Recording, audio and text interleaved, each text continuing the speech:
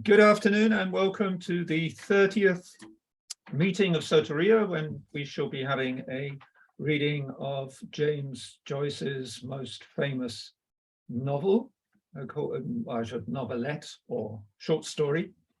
And before that, a short introduction to his new book from Father Frank Jelly.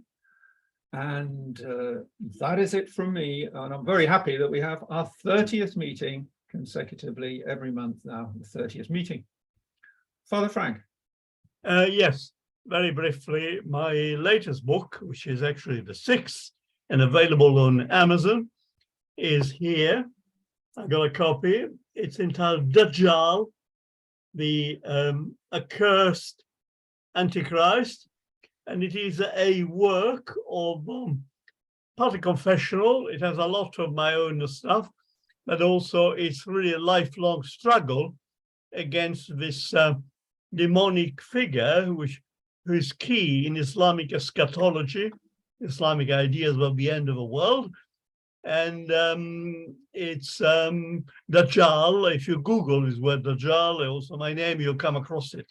It's written in a sort of postmodernist way.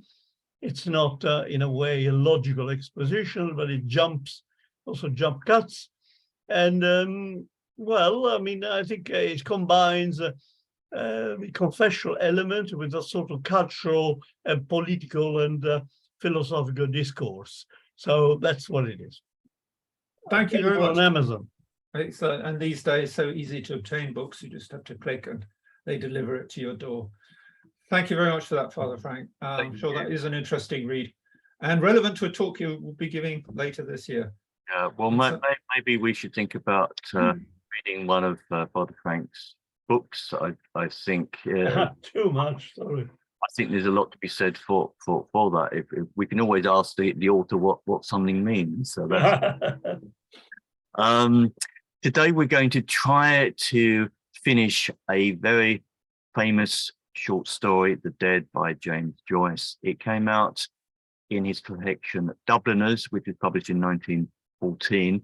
The story was finished in 1907 when the author was 24 and living in Rome in not in entirely luxurious circumstances, which may be one of the reasons why hospitality is such a theme of the story. Another theme is music. Lots of references to songs of the time. And music was a matter of great importance to James Joyce. He had a fine tenor voice, and people said that he could have been a professional singer. I think it's true that all of his works are, in a sense, one work, and they are a way in which he represented his experience of life. And in this story, he is represented by Gabriel Conroy and his wife Greta. Gabriel was in the story a part-time teacher and reviewer of books, not unlike Michael, one of the hosts of this meeting, perhaps. And the story takes place in Dublin at a party given by Gabriel's two aunts, Aunt Kate and Julia, between Christmas and Epiphany. One of the references in the story is to a work called Irish Melodies by Thomas Moore, not the Thomas Moore spelt with one O, but the one with two O's, who was a significant writer, writing, I think, 1800s, I think, in Ireland, from a loosely Catholic point of view. And it's one of the poems in this collection that is thought to give the title to the short story. I'll read it. It's just as two stanzas. O ye dead, whom we know by the light you give, from your cold gleaming eyes, though you move like men who live. Why leave you thus your graves in far off fields and waves, where the worm and the seabird only know your bed. To haunt this spot where all those eyes that wept your fall and the hearts that wailed you like your own lie dead. It is true, we are shadows cold and warm, and the fair and the brave whom we loved on earth are gone. But still thus even in death, so sweet the living breath of the fields and the flowers in our youth we wandered o'er, that ere condemned we go to freeze mid Hecla's snow. We would taste it a while and think we live once more. The meaning of this story, in particular, the resonant final paragraph is contested, but one thing seems to me clear, that the story is about the continuity of culture, and that our participation in that culture brings us closer to those who created it, namely to the dead. With that, and a welcome to Heather. Let's begin the reading. Let's have a look.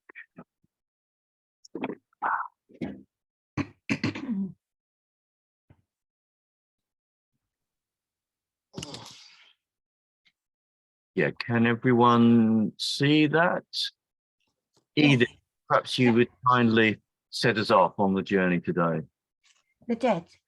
Lily, the caretaker's daughter, was literally run off her feet. Hardly had she brought one gentleman into the little pantry behind the office on the ground floor and helped him off with his overcoat, then the wheezy hall door bell clanged again, and she had to scamper along the bare hallway to let in another guest. It was well for her she had not to attend to the ladies also. But Miss Kate and Miss Julia had thought of that and had converted the bathroom upstairs into a ladies' dressing room. Miss Kate and Miss Julia were there, gossiping and laughing and fussing, walking after each other to the head of the stairs, peering down over the banisters and calling down to Lily to ask her who had come.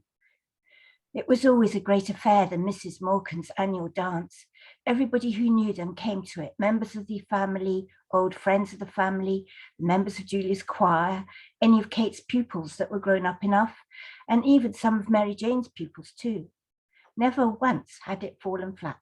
For years and years, it had gone off in splendid style, as long as anyone could remember, ever since Kate and Julia, after the death of their brother Pat, had left the house in Stony Batter,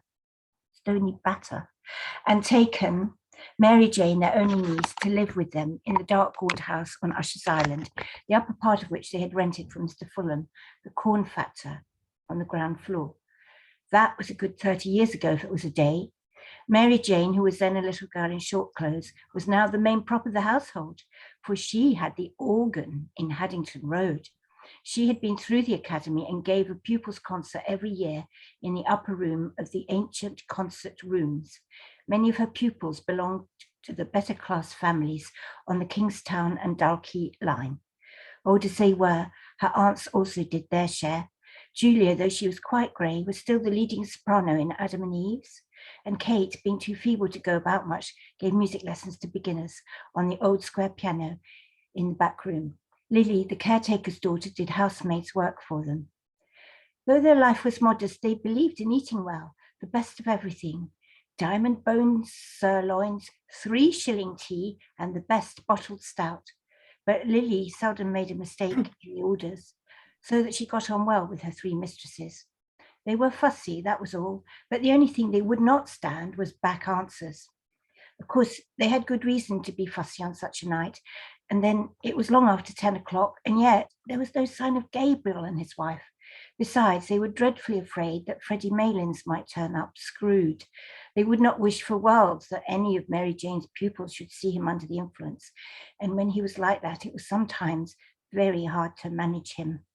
Freddie Malins always came late, but they wondered what could be keeping Gabriel. And that was what brought them every 2 minutes to the banisters to ask Lily, had Gabriel or Freddie come? Oh, Mr. Conroy, said Lily to Gabriel when she opened the door for him. Miss Kate and Miss Julia thought you were never coming. Good night, Mrs. Conroy. I'll engage they did, said Gabriel, but they forgot that my wife here takes 3 mortal hours to dress herself. He stood on the mat, scraping the snow from his galoshes. while Lily led his wife to the foot of the stairs and called out, "Miss Kate, here's Mrs. Conroy." Kate and Julia came toddling down the dark stairs at once. Both of them kissed Gabriel's wife, said she must be perished alive, and asked, was Gabriel with her? "Here I am, as right as the mail, Aunt Kate. Go on up, I'll follow," called out Gabriel from the dark. He continued scraping his feet vigorously while the three women went upstairs, laughing, to the ladies' dressing room. A light fringe of snow lay like a cape on the shoulders of his overcoat and like toe caps on the toes of his galoshes. And as the buttons of his overcoat slipped with a squeaking noise through the snow-stiffened frieze, the cold, fragrant air from out of doors escaped from crevices and folds. Perhaps I'll pass it over to Michael. Thank you. Is it snowing again, Mr. Conroy? Asked Lily.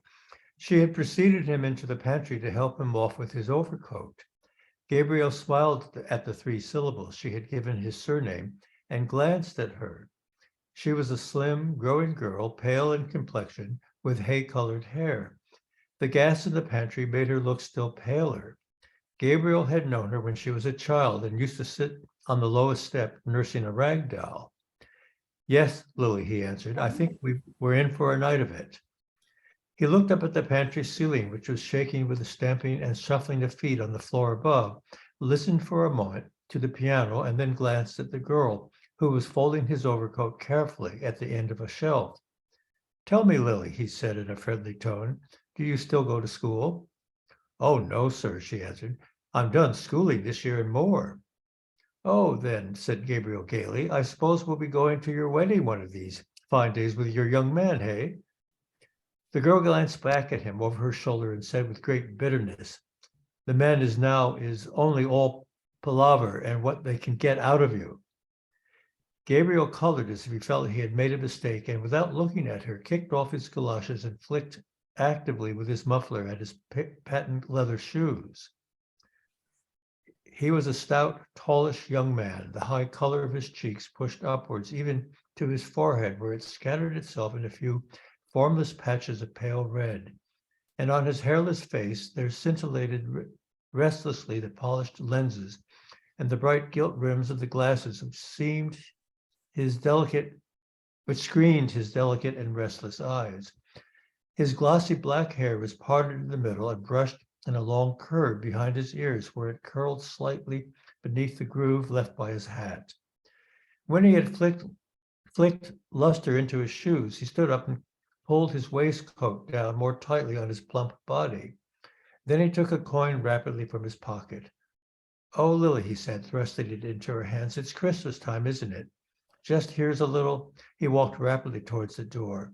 "Oh, sir," cried the girl, following him. "Really, sir, I wouldn't take it." Christmas time," said Gabriel, almost trotting to the stairs and waving his hands to her in deprecation. The girl, seeing that he had gained the stairs, called out after him, "Well, thank you, sir."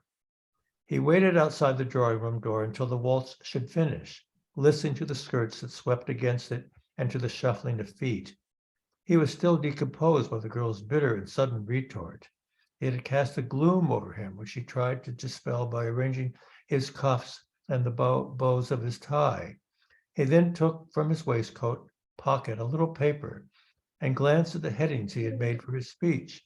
He was undecided about the lines from Robert Browning, for he feared they would be above the heads of his hearers.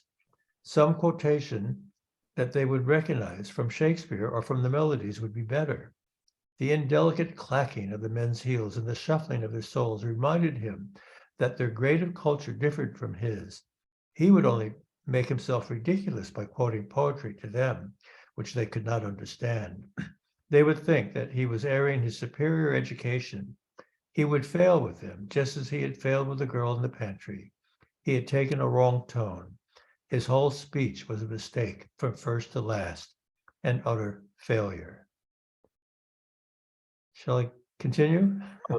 Father Frank, perhaps you'd pick up the Latin. Just then his aunts and his wife came out of a ladies' dressing room. His aunts were two small, plainly dressed old women. Aunt Julia was an inch or so taller. Her hair, drawn low over the tops of her ears, was grey. and grey also, with darker shadows, was her large flaccid face.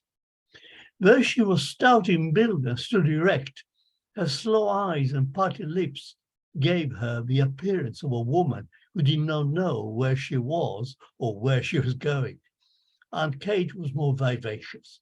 Her face, healthier than her sister's, was all puckers and creases, like a shriveled red apple, and her hair, braided in the same old-fashioned way, had not lost its ripe nut colour.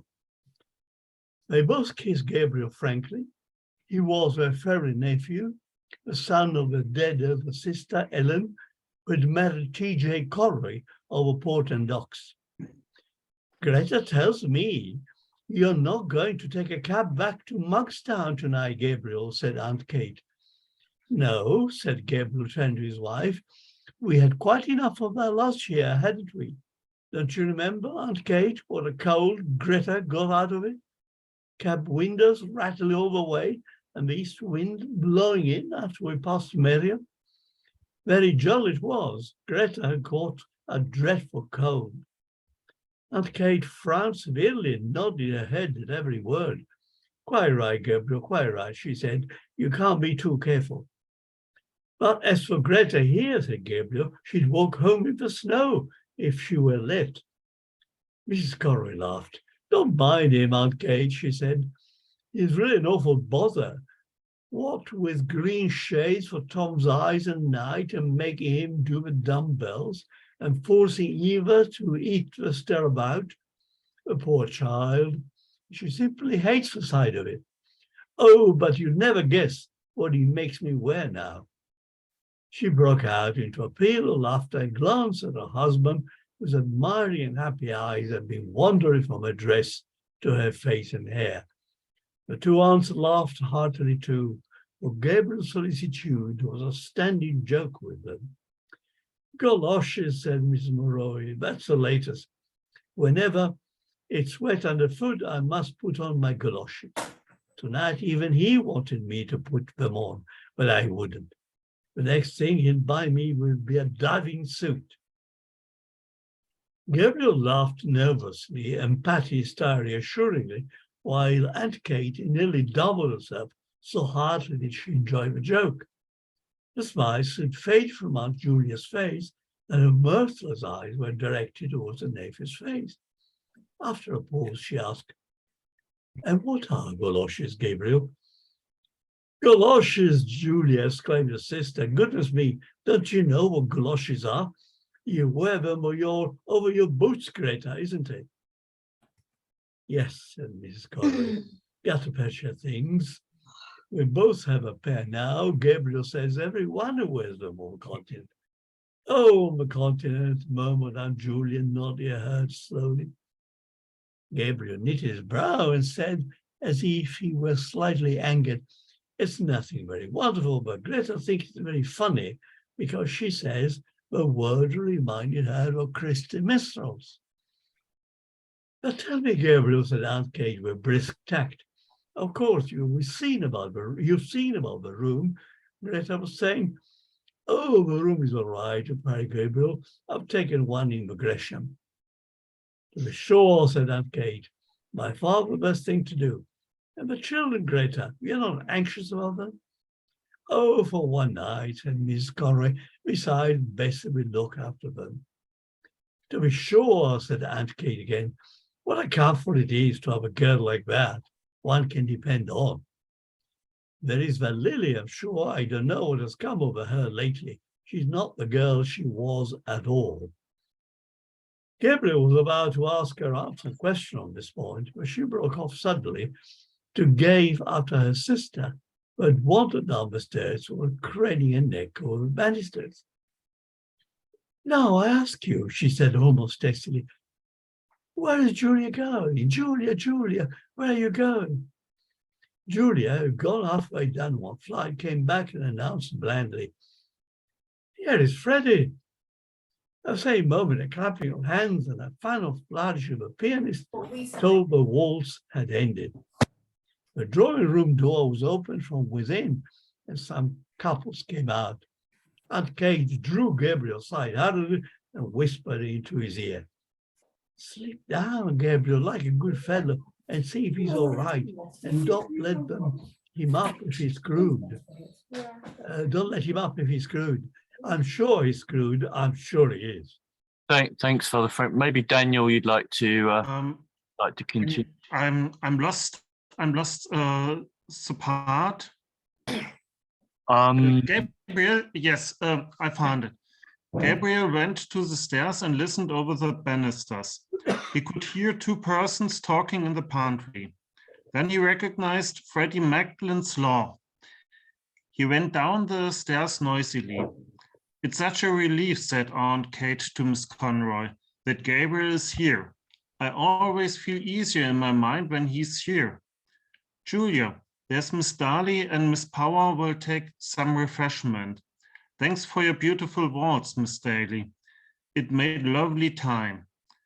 A tall, wizen-faced man with a stiff, grizzled mustache and swarthy skin who was passing out with his partner said, "And may we have some refreshment too, Miss Morgan?"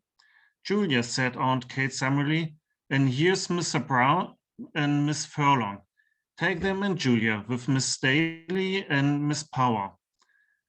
"I'm the man for the ladies," said Mr. Brown, pursing his lips until his mustache bristled and smiling in all his wrinkles. "You know, Miss Morgan, the reason they are so fond of me is—" He did not finish his sentence, but, seeing that Aunt Kate was out of earshot, at once led the three young ladies into the back room. The middle of the room was occupied by two square tables placed end to end, and on these Aunt Julia and the caretaker were straightening and smoothing a large cloth. On the sideboard were arrayed dishes and plates, and glasses and bundles of knives and forks and spoons. The top of the closed square piano served also as a sideboard for wines and sweets.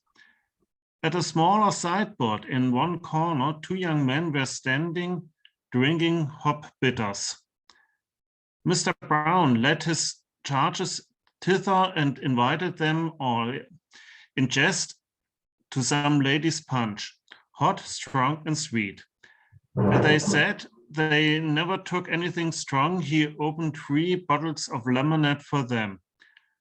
Then he asked one of the young men to move aside, and taking hold of the decanter, filled out for himself a goodly measure of whiskey. The young man eyed him respectfully while he took a trial sip. "God help me," he said, smiling. "It's the doctor's orders." His wizened face broke into a broader smile, and the 3 young ladies laughed in musical echo to his pleasantry, swaying their bodies to and fro with nervous jerks of their shoulders. The boldest said, "Oh, now, Mr. Brown, I'm sure the doctor never ordered anything of the kind." Mr. Brown took another sip of his whiskey and said, with sidling mimicry, "Well, you see, I'm like the famous Miss Cassidy, who is reported to have said, 'Now, Mary Grimes, if I don't take it, make me take it, for I feel I want it.'" His hot face had leaned forward a little too, not so fast. His hot face had leaned forward a little too confidentially, and he had assumed a very low Dublin accent, so that the young ladies, with one instinct, received his speech in silence. Miss Furlong, who was one of Mary Jane's pupils, asked Miss Daly what was the name of the pretty waltz she had played. And Mr. Brown, seeing that he was ignored, turned promptly to the two young men who were more appreciative. A red-faced young woman dressed in pansy came into the room, excitedly clapping her hands and crying, "Quadrilles, quadrilles!" Close on her heels came Aunt Kate, crying, "2 gentlemen and 3 ladies, Mary Jane." "Oh, here's Mr. Bergen and Mr. Kerrigan," said Mary Jane. "Mr. Kerrigan, will you take Miss Power? Miss Furlong, may I get you a partner, Mr. Bergen?" "Oh, that I will just do now." 3 ladies, Mary Jane, said Aunt Kate. The 2 young gentlemen asked the ladies if they might have the pleasure, and Mary Jane turned to Miss Darley. Oh, Miss Darley, you're really awfully good after playing for the last 2 dances, but really, we are so short of ladies tonight. I don't mind in the least, Miss Morgan, but I have a nice partner for you, Mr. Bartle Darcy, the tenor. I'll get him to sing later on. All Dublin is raving about him. Lovely voice, said Aunt Kate. Thanks so much, Daniel. Mick, maybe you could take over.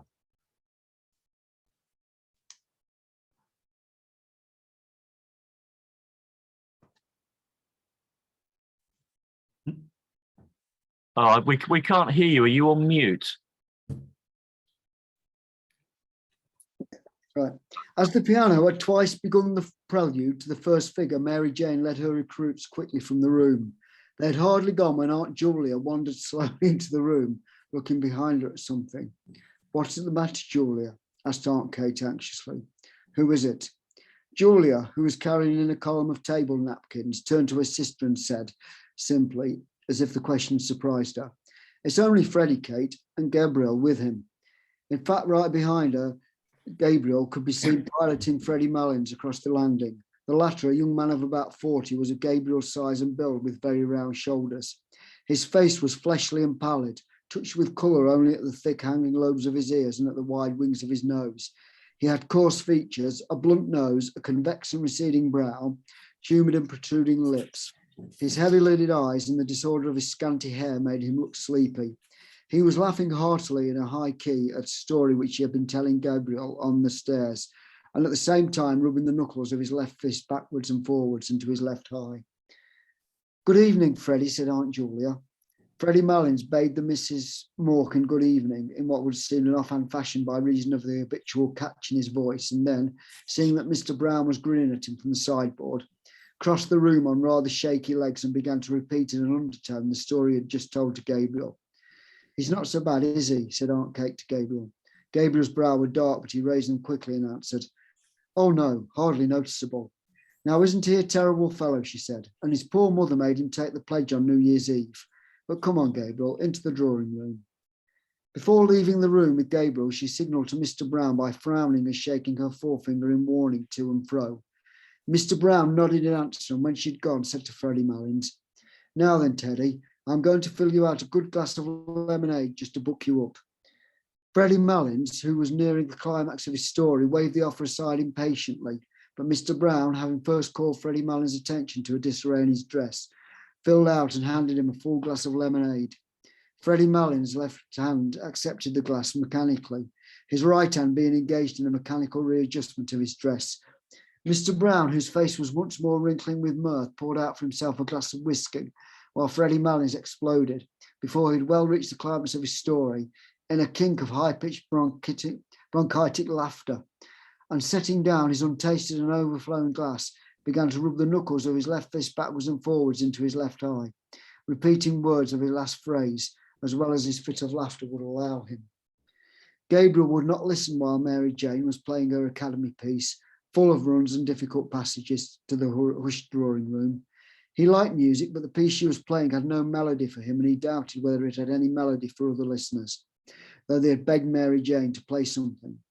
4 young men who had come from the refreshment room to stand in the doorway at the sound of the piano had gone away quietly in couples after a few minutes. The only persons who seemed to follow the music were Mary Jane herself, her hands racing along the keyboard or lifted from it at pauses like those of a priestess in momentary imprecation, and Aunt Kate standing at her elbow to turn the page. Gabriel's eyes, irritated by the floor which glittered with beeswax under the heavy chandelier, wandered to the wall above the piano. A picture of the balcony scene in Romeo and Juliet hung there, and beside it was a picture of the 2 murdered princes in the tower, which Aunt Julia had worked in red, blue and brown walls when she was a girl. Probably in the school they had gone to as girls, that kind of work had been taught for 1 year. His mother had worked for him as a birthday present a waistcoat of purple tabinet, with little foxes' heads upon it, lined with brown satin and having having round mulberry buttons. It was strange that his mother had no musical talent, though Aunt Kate used to call her the brains carrier of the Morecambe family.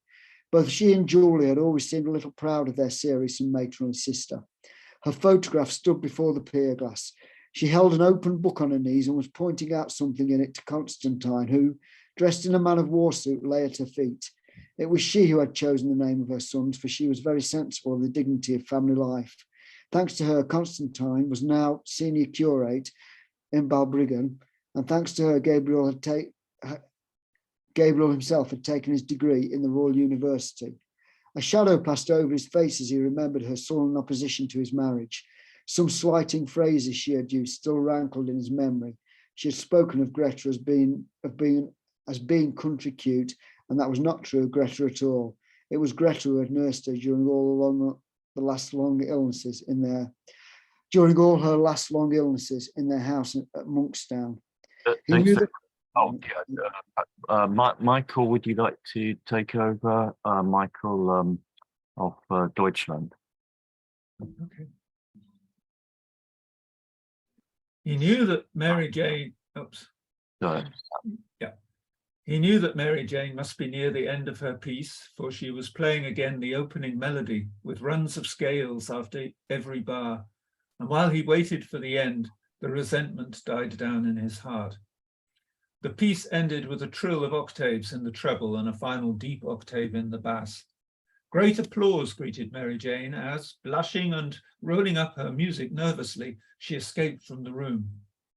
The most vigorous clapping came from the four young men in the doorway, who had gone away to the refreshment room at the beginning of the piece, but had come back when the piano had stopped. Lancers were arranged. Gabriel found himself partnered with Miss Ivers. She was a frank-mannered, talkative young lady with a freckled face and prominent brown eyes. She did not wear a low-cut bodice, and the large brooch, which was fixed in the front of her collar, bore on it an Irish device and motto. When they had taken their places, she said abruptly, "I have a crow to pluck with you." "With me?" said Gabriel. She nodded her head gravely. "What is it?" asked Gabriel, smiling at her solemn manner.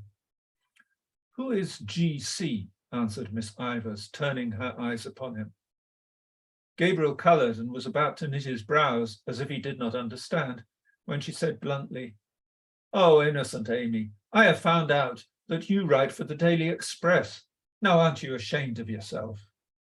"Why should I be ashamed of myself?" said Gabriel, blinking his eyes and trying to smile. "Well, I'm ashamed of you," said Miss Ivers frankly, "to say you'd write for a paper like that.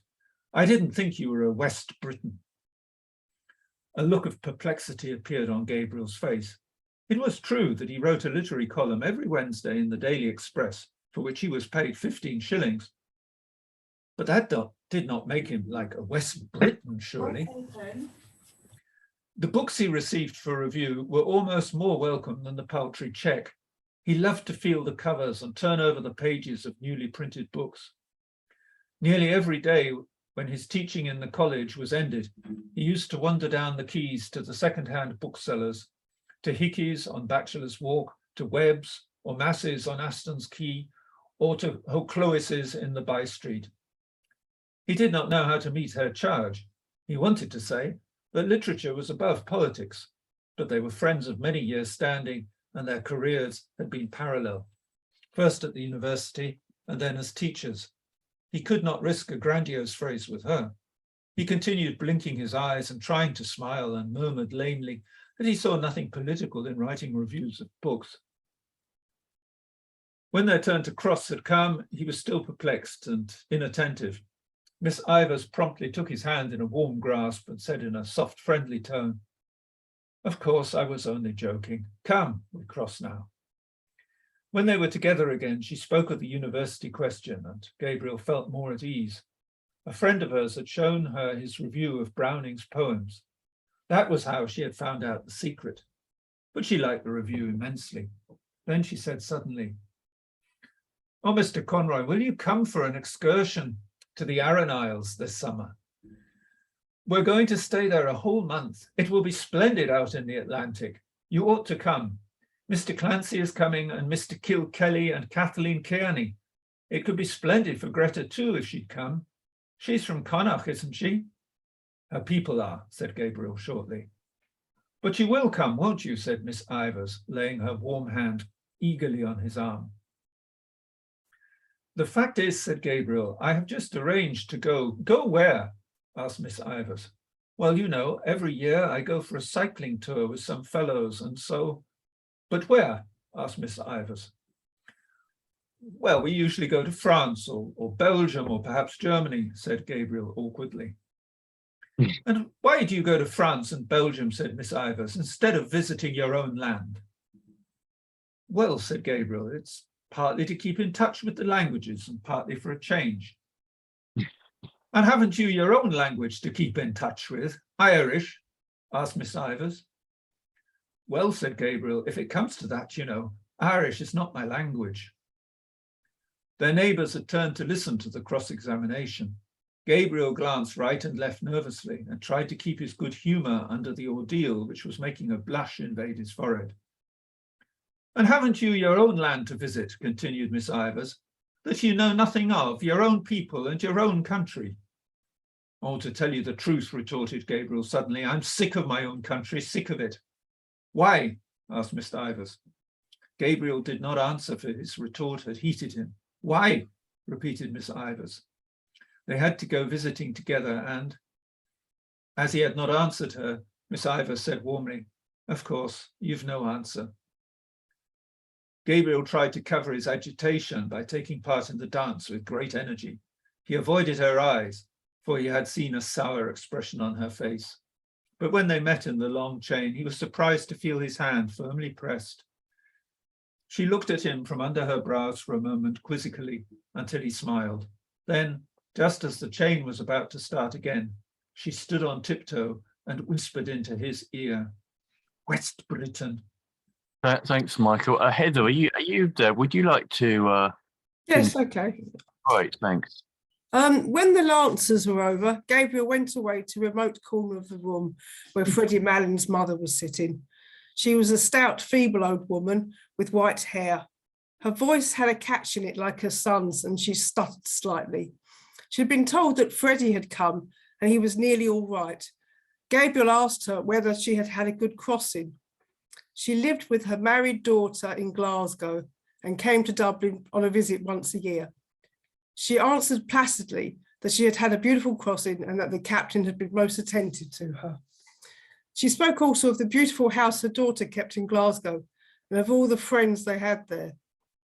While her tongue rambled on, Gabriel tried to banish from his mind all memory of the unpleasant incident with Miss Ivers.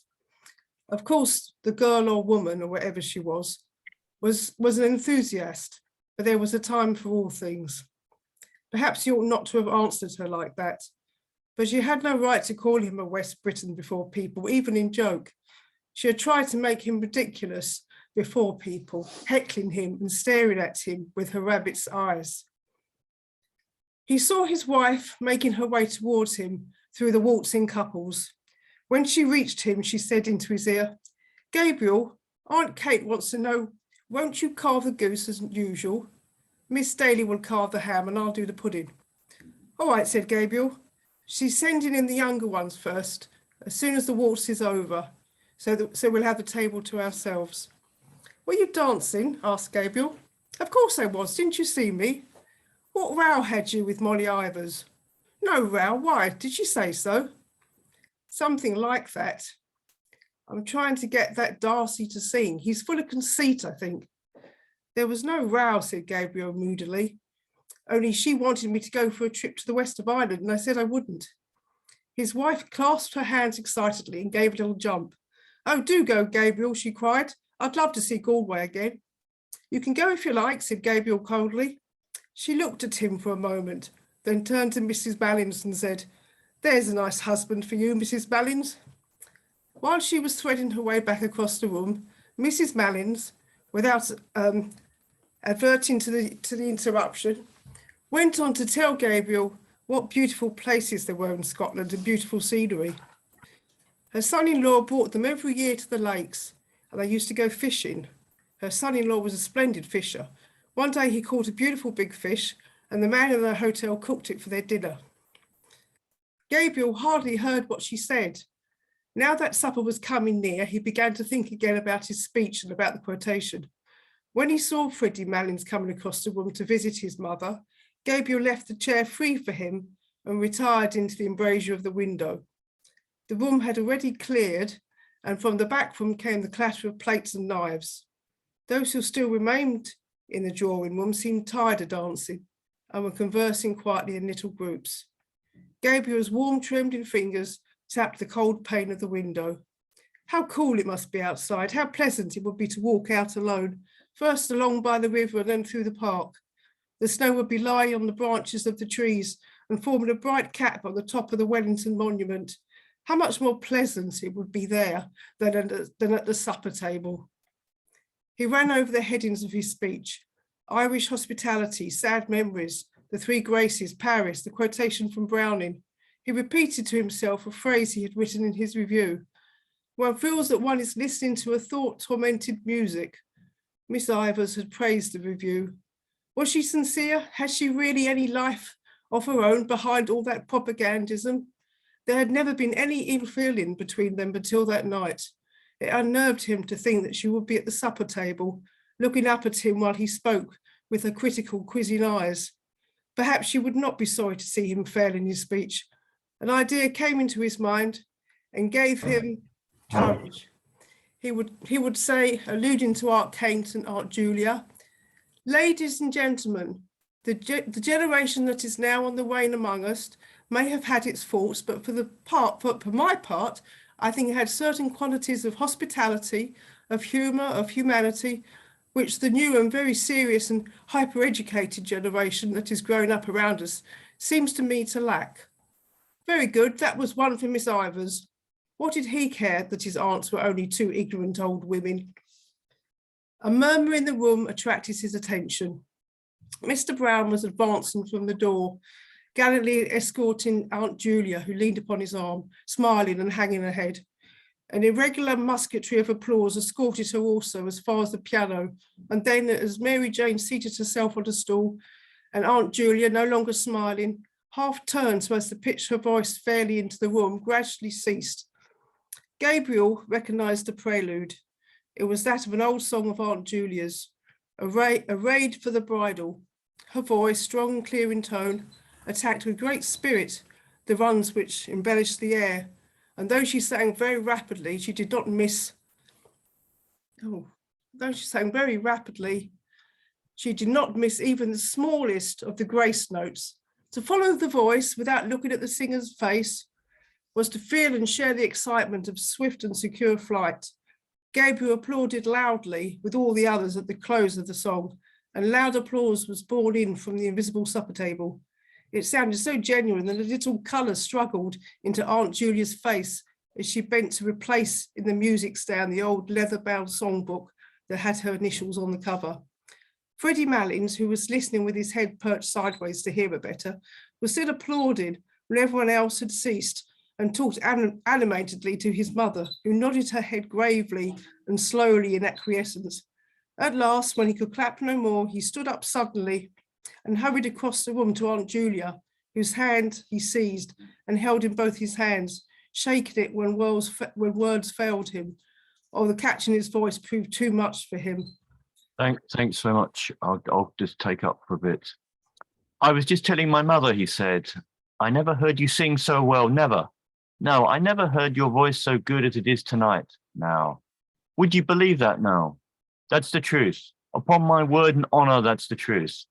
I never heard your voice sound so fresh and so clear and fresh, never. Aunt Julia smiled broadly and murmured something about compliments as she released her hand from his grasp. Mr. Brown extended his open hand towards her and said to those who were near him in the manner of a showman introducing a prodigy to an audience, Miss Julia Morkan, my latest discovery. He was laughing very heartily at this himself when Freddie Malins turned to him and said, well, Brown, if you're serious, you might make a worse discovery. All I can say is I never heard her sing half so well as long as I'm coming here. And that's the honest truth. Neither did I, said Mr. Brown. I think her voice has greatly improved. Aunt Julia shrugged her shoulders and said with meek pride, 30 years ago, I hadn't a bad voice as voices go. I often told Julia, said Aunt Kate emphatically, that she was simply thrown away in that choir, but she never would be said by me. She turned as if to appeal to the good sense of the others against a refractory child, while Aunt Julia gazed in front of her, a vague smile of reminiscence playing on her face. No, continued Aunt Kate, she wouldn't be said or led by anyone, slaving there in that choir night and day, 6 o'clock on Christmas morning.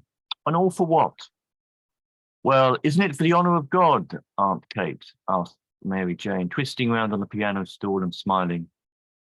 Aunt Kate turned fiercely on her niece and said, I know all about the honour of God, Mary Jane, but I think it's not at all honourable for the Pope to turn out all the women of the choirs that have slaved there for all their lives and put little whippersnappers of boys over their heads. I suppose it's for the good of the church if the Pope does it, but it's not just, Mary Jane, and it's not right.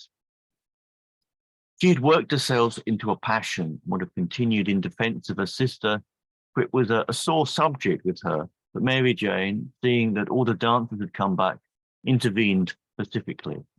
Now, Aunt Kate, you're giving scandal to Mr. Brown, who is of the other persuasion. Aunt Kate turned to Mr. Brown, who was grinning at this allusion to his religion, and said hastily, Oh, I don't question the Pope's being right. I'm only a stupid old woman, and I wouldn't presume to do such a thing.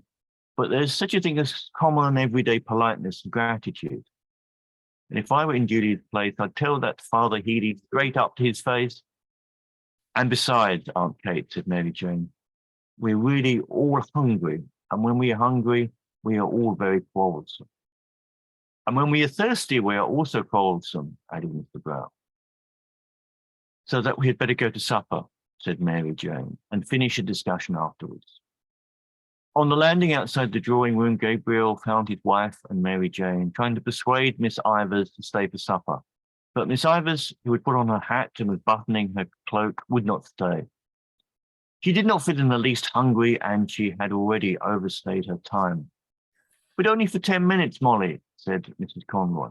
That wouldn't delay you. Take a pic itself, said Mary Jane, after all your dancing. I really couldn't, said Miss Ivors. I'm afraid you didn't enjoy yourself at all, said Mary Jane hopelessly. Ever so much, I assure you, said Miss Ivors, but you really must let me run off now. But how can you get home? Asked Mrs. Conroy.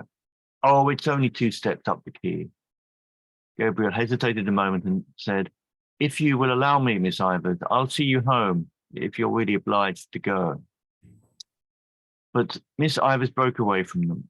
I won't hear of it, she cried. For goodness sake, go to your suppers and don't mind me. I'm quite well able to take care of myself.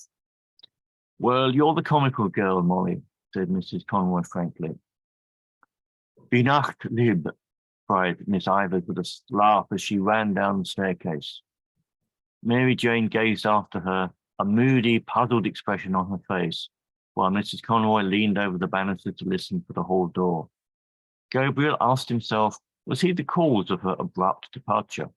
But she did not seem to be in ill humour. She had gone away laughing. He stared blankly down the staircase. At the moment, Aunt Kate came toddling out of the supper room, almost wringing her hands in despair. Where is Gabriel? She cried. Where on earth is Gabriel?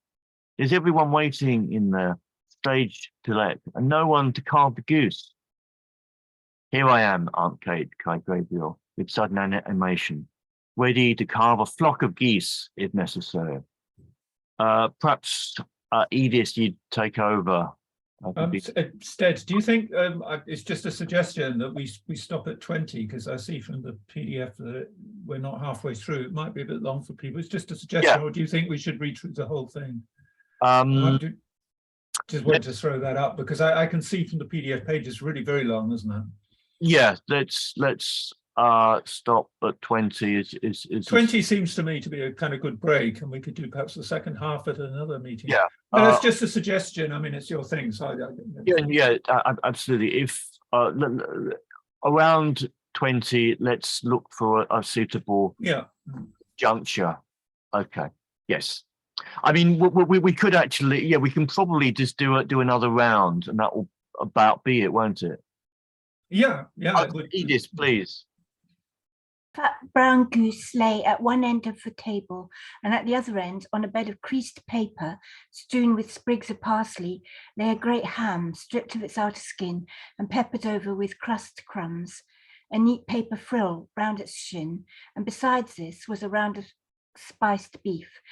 Between these rival ends ran parallel lines of side dishes, 2 little minsters of jelly, red and yellow, a shallow dish full of blocks of blancmange and red jam, a large green leaf-shaped dish with a stalk-shaped handle on which lay bunches of purple raisins and peeled almonds, a companion dish on which lay a solid rectangle of Smyrna figs, a dish of custard topped with grated nutmeg, a small bowl full of chocolates and sweets wrapped in gold and silver papers, and a glass vase in which stood some tall celery stalks. In the center of the table, there stood, as sentries to a fruit stand which upheld a pyramid of oranges and American apples, 2 squat old-fashioned decanters of cut glass, one containing port and the other dark sherry. On the closed square piano, a pudding in a huge yellow dish lay in waiting, and behind it were 3 squads of bottles of stout and ale and minerals, drawn up according to the colours of their uniforms, the first 2 black with brown and red labels, the third and smaller squad white with transverse green sashes. Gabriel took his seat boldly at the head of the table, and having looked to the edge of the carver, plunged his fork firmly into the goose. He felt quite at ease now, for he was an expert carver and liked nothing better than to find himself at the head of a well-laden table. Oh, okay. You seem to have come. Michael, would you take it up, please? Michael in en France.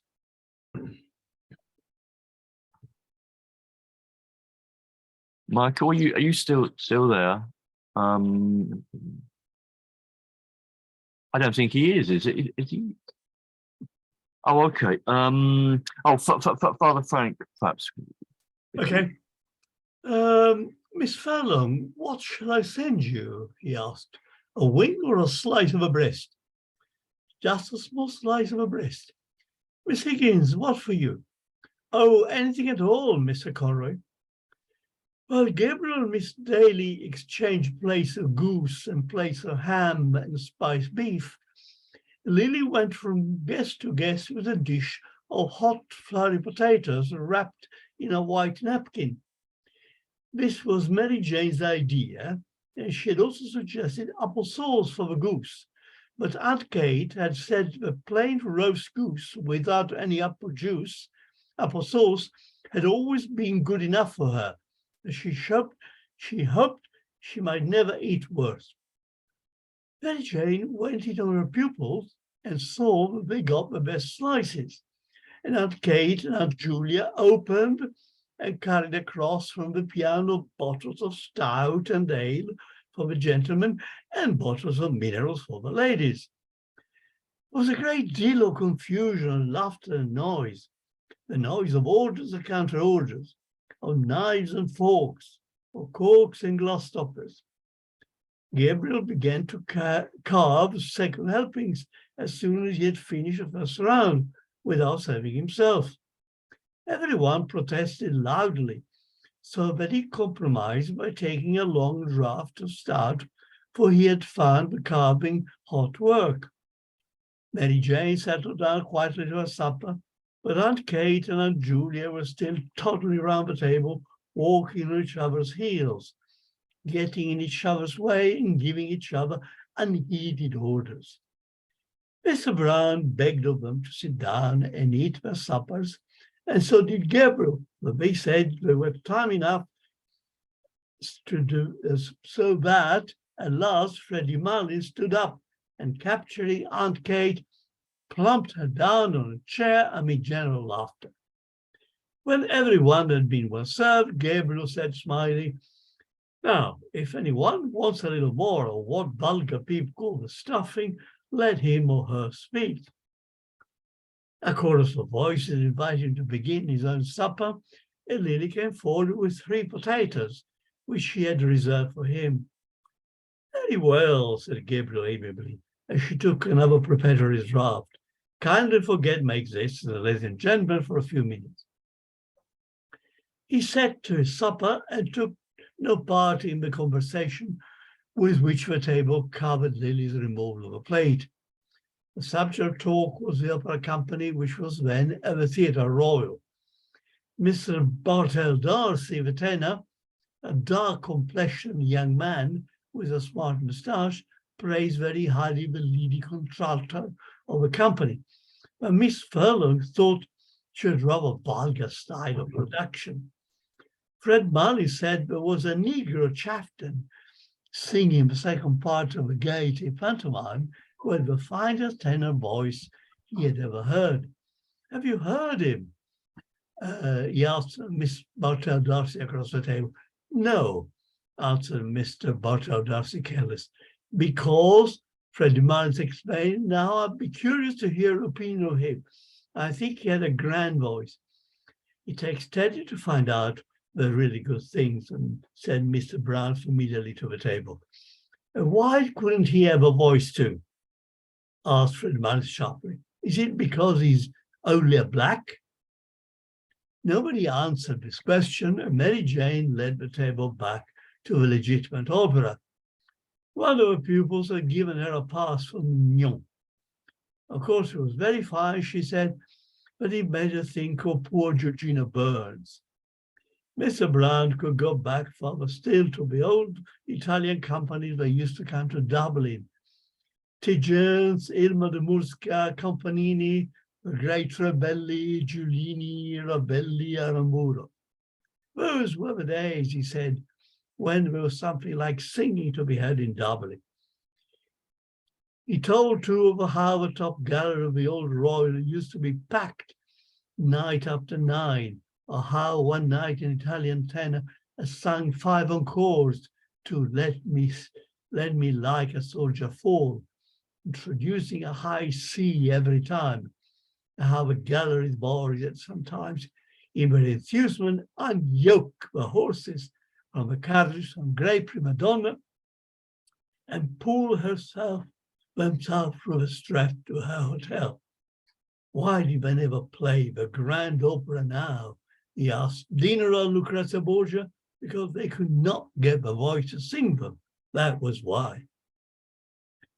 Oh, well, said Mr. Bartell Darcy, I presume they're as good singers today as they were then. Where are they? Asked Mr. Brown defiantly. In London, Paris, Milan, said Mr. Bartell Darcy warmly. I suppose Caruso, for example, is quite as good, if not better than any of the men you have mentioned.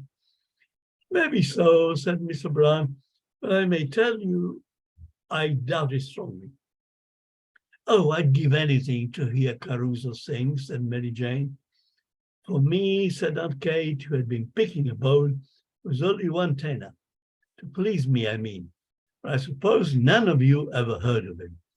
Who was he, Miss Morgan? Asked Mr. Bartell politely. His name, said Aunt Jane, was Parkinson. I heard him when he was in his prime, and I think he had the purest tenor voice that was ever put into a man's throat. Strange, said Mr. Bartell Darcy. I never heard of him. Yes, Miss Morgan is right, said Mr. Brown. I remember hearing of old Parkinson, but he's too far back for me. A beautiful, pure, sweet, mellow English tenor, said Aunt Katie with enthusiasm. Gabriel having finished, the huge pudding was transferred to the table. The clatter of forks and spoons began again. Gabriel's wife served out spoonfuls of the pudding and passed the plates down the table. Midway down, they were held up by Mary Jane, who replaced them with raspberry or orange jelly or blancmange and jam. The pudding was Aunt Julia's making, and she received praises for it from all quarters. She herself said it was not quite brown enough. Well, I hope, Miss Morgan, said Mr. Brown, that I'm brown enough for you, because, you know, I'm all brown. All the gentlemen except Gabriel ate some of the pudding out of compliment to Aunt Julia, and Gabriel never ate sweets the celery had been left for him. Freddie Marley also took a stalk of celery and ate it with his pudding. He had been told that celery was a capital thing for the blood, and he was just then under doctor's care. Mrs. Mullins, who had been silent over a supper, said her son was going down to Mount Melleray in a week or so. The table then spoke of Mount Melleray, how bracing the air was down there, how hospitable monks were, and how they never asked for a penny piece from their guests. Oh, should we continue? I mean, we've only been going about just over an hour, and that's including my introduction. I think Father Frank talking about his book. So should we just continue at least for an hour and a half, and we see how far? Oh my God, an hour and a half. That's a killer. No, I mean, perhaps sorry. Find out how many people will bear the course. Maybe ask other people. Should we continue in at least till to the 4 o'clock? Well, Okay. Until 4 o'clock, yes. Yeah, should we? Yeah, because it's nice to have a little time to talk about it as well. Yeah, exactly. Let's see how far we get. Yeah. So, all right. Michael, en France, I think you missed your turn to read. Would you like to take? Yeah, it conks out, so I don't know if it may conk out again. Okay. Well, I'll start. And do you mean to say, asked Mr. Brown incredulously, that a chap can go down there and put up there as if it were a hotel and live on the fat of the land and then come away without paying anything? Oh, most people give some donation to the monastery when they leave, said Mary Jane.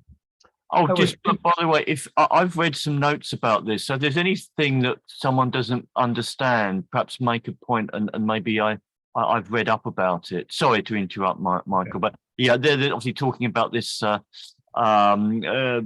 stay in a monastery for people that had problems with alcohol. But yeah, sorry, Michael, continue. Okay. I wish we had an institution like that in our church, said Mr. Brown candidly. He was astonished to hear that the monks never spoke, got up at 2 a.m. and slept in their coffins. He asked what they did it for.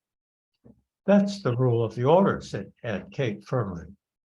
Yes, but why? Asked Mr. Brown. Aunt Kate repeated that it was the rule, that was all. Mr. Brown still seemed not to understand. Freddie Malins explained to him, as best he could, that the monks were trying to make up for the sins committed by all the sinners in the outside world. The explanation was not very clear for Mr. Brown grinned and said, I like the idea very much, but wouldn't a comfortable spring bed do them as well as a coffin? The coffin, said Mary Jane, is to remind them of their last end. As the subject had grown lugubrious, it was buried in a silence of the table, during which Mrs. Malins could be heard saying to her neighbor in an indistinct undertone, they are very good men, the monks, very pious men. The raisins and almonds and figs and apples and oranges and chocolates and sweets were now passed about the table, and Aunt Julia invited all the guests to have either port or sherry. At first, Mr. Bartol D'Arcy refused to take either, but one of his neighbors nudged him and whispered something to him, upon which he allowed his glass to be filled. Gradually, as the last glasses were being filled, the conversation ceased. A pause followed, broken only by the noise of the wine and by the unsettlings of the chairs. Then Mrs. Morcom, all three, looked down at the tablecloth. Someone coughed once or twice, and then a few gentlemen patted the table gently as a signal for silence. The silence came, and Gabriel pushed back his chair. The patting at once grew louder in encouragement and then ceased altogether. Gabriel leaned his 10 trembling fingers on the tablecloth and smiled nervously at the company. Meeting a row of upturned faces, he raised his eyes to the chandelier. The piano was playing a waltz tune, and he could hear the skirts sweeping against the drawing room door.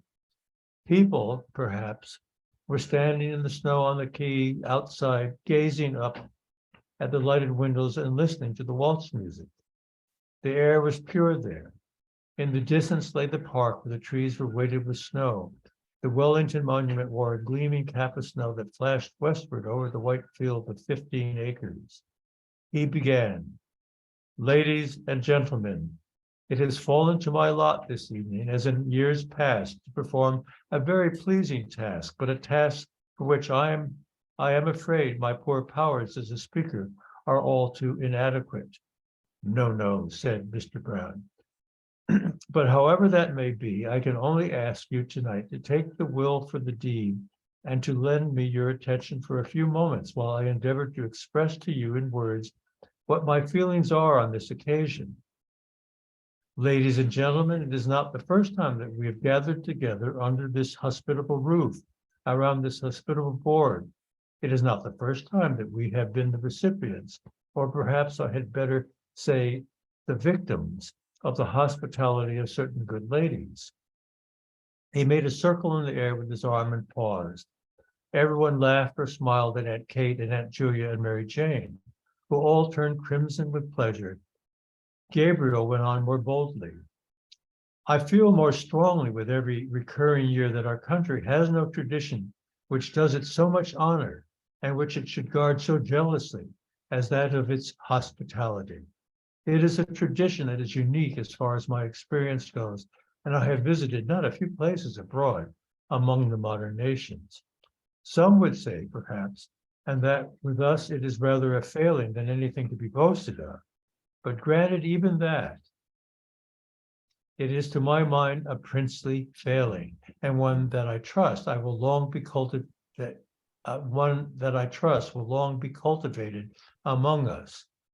Of one thing at least I am sure, as long as this one roof shelters the good ladies aforesaid, and I wish from my heart it may do so for many and many a long year to come, the tradition of genuine, warm-hearted, courteous Irish hospitality, which our forefathers have handed down to us, and which we in turn must hand down to our descendants, is still alive among us." Thanks very much.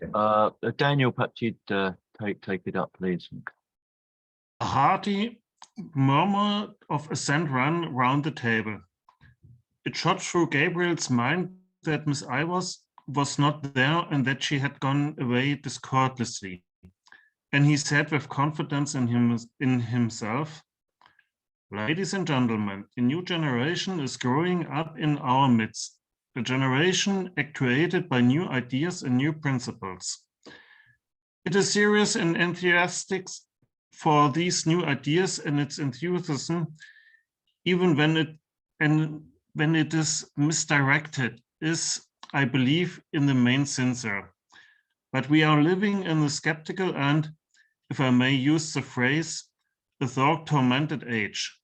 And sometimes I fear that this new generation, educated or hyper-educated as it is, will lack those qualities of humanity, of hospitality, of kindly humor which belong to an older day. Listening tonight to the names of all these great singers of the past, it seemed to me, I must confess, that we are living in a less spacious age. Those days might, without exaggeration, be called spacious days. And if they are gone beyond recall, let us hope at least that in gatherings such not so fast, such as this we shall still speak of them with pride and affection. Still cherish in our hearts the memory of those dead and gone great ones whose fame the world will not willingly let die." "Hear, hear," said Mr. Brown loudly. From my dad's college. But yet, continued Gabriel, his voice falling into a softer inflection, "these are always in gatherings such as the sadder thoughts that will recur to our minds. Thoughts of the past, of youth, of changes, of absent faces that we miss here tonight. Our path through life is strewn with many such sad memories. And where we to brood upon them always, we could not find the heart to go on bravely with our work among the living. We have all of us living duties and living affections with claim, and rightly claim our strenuous endeavors. Therefore, I will not linger on the past. I will not let any gloomy moralizing intrude upon us here tonight. Here we are gathered together for a brief moment from the bustle and rush of our everyday routine. We are met here as friends in the spirit of good fellowship, as colleagues, also to a certain extent in the true spirit of camaraderie, and as the guests of, what shall I call them, the three graces of the Dublin musical world. The table burst into applause and laughter at this allusion. Aunt Julia vainly asked each of her neighbors in turn to tell her what Gabriel had said. He says we are the three graces, Aunt Julia, said Mary Jane. Aunt Julia did not understand, but she looked up, smiling at Gabriel, who continued in the same vein. Ladies and gentlemen, I will not attempt to play tonight the part that Paris played in another occasion. I will not attempt to choose between them. The task would be an invidious one and one beyond my poor powers. For when I view them in turn, whether it be our chief hostess herself, whose too good heart has become a byword with all who know her, or her sister, who seems to be gifted with perennial youth and whose singing must have been a surprise and a revelation to us all tonight. Or last but not least, when I consider our youngest hostess, talented, cheerful, hardworking, and the best of nieces, I confess, ladies and gentlemen, that I do not know to which of them I should award the prize. Gabriel glanced down his aunts and, seeing a large smile on Aunt Julia's face and the tears which had risen to Aunt Kate's eyes, hastened to his close. He raised his glass of port gallantly, while every member of the company fingered a glass expectantly and said loudly, "Let us toast them all three together. Let us drink to their health, wealth, long life, happiness and prosperity, and may they long continue to hold the proud and self-won position which they hold in their profession, and the position of honor and affection which they hold in our hearts." Thanks very much, Daniel. Mick, perhaps you'd like to unmute and continue.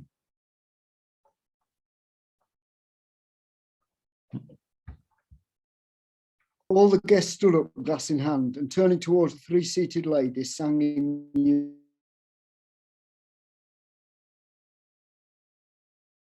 are jolly gay fellows, for they are jolly gay fellows, for they are jolly gay fellows, which nobody can deny. Aunt Kate was making frank use of her handkerchief, and even Aunt Julia seemed moved. Freddie Malins beat time with his pudding fork, and the singers turned towards one another as if in melodious conference, while they sang with emphasis, "Unless he tells a lie, unless he tells a lie." Then turning once more towards their hostesses, they sang, "For they are jolly gay fellows, for they are jolly gay fellows, for they are jolly gay fellows, which nobody can deny." The acclamation which followed was taken up beyond the door of the supper room by many of the other guests and renewed time after time, Freddie Malins acting as officer with his fork on high. The piercing morning air came into the hall where they were standing, so that Aunt Kate said, "Close the door, somebody. Mrs. Malins will get a death of cold." "Brownie's out here, Aunt Kate," said Mary Jane. "Brownie's everywhere, sir," said Aunt Kate, lowering her voice. Mary Jane laughed at her tone. "Really," she said archly, "he's very attentive." "He's been laid on here like the gas," said Aunt Kate in the same tone, "all during the Christmas." She laughed herself, this time good-humouredly, and then added quickly, "But tell him to come in, Mary Jane, and close the door. I hope to goodness he didn't hear me." At that moment, the hall door was open and Mr. Brown came in from the doorstep, laughing as if his heart would break. He was dressed in a long green overcoat with mock astrakhan cuffs and collar and wore on his head an oval fur cup. He pointed down the snow-covered quay from where the sound of the shrill, prolonged whistling was borne in. "Teddy will have all the cabs in Dublin out," he said. Gabriel advanced from the little pantry behind the office, struggling into his overcoat and looking round the hall, said, Greta not down yet? She's getting on her things, Gabriel, said Aunt Kate. Who's playing up there? Asked Gabriel. Nobody, they're all gone. Oh no, Aunt Kate, said Mary Jane. Bartel Darcy and Miss O'Callaghan aren't gone yet. Someone is fooling at the piano anyhow, said Gabriel. Mary Jane glanced at Gabriel, and Mr. Brown said with a shiver, it makes me feel cold to look at you two gentlemen muffled up like that. I wouldn't like to face your journey home at this hour. I'd like nothing better this minute, said Mr. Brown stoutly, than a rattling fine walk in the country or a fast drive with a good spanking go between the shafts. We used to have a very good horse and trap at home, said Aunt Julia sadly. The never to be forgotten Johnny, said Mary Jane laughing. Aunt Kate and Gabriel laughed too. And what was wonderful about Johnny? Asked Mr. Brown. The late, commonly known in his later years as the old gentleman, was a glue boiler. Oh, now, Gabriel, said Aunt Kate laughing, he had a starch mill. Well, glue or starch, said Gabriel. The old gentleman had a horse by the name of Johnny, and Johnny used to work in the old gentleman's wheel, walking round and round in order to drive the mill. This was all very well, but now comes the tragic part about Johnny. One fine day, the old gentleman thought he'd like to drive out with the quality to a military review in the park. The Lord have mercy on his soul, said Aunt Kate compassionately. Amen, said Gabriel. So the old gentleman, as I said, harnessed Johnny and put on his very best tall hat and his very best stock collar and drove out in grand style from his ancestral mansion somewhere near, I think.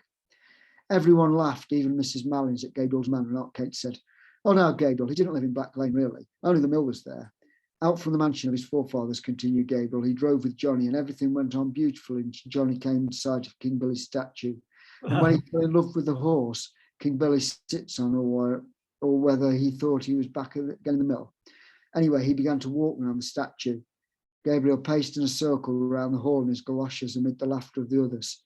Round and round he went, said Gabriel, and the old gentleman, who was a very pompous old gentleman, was highly indignant.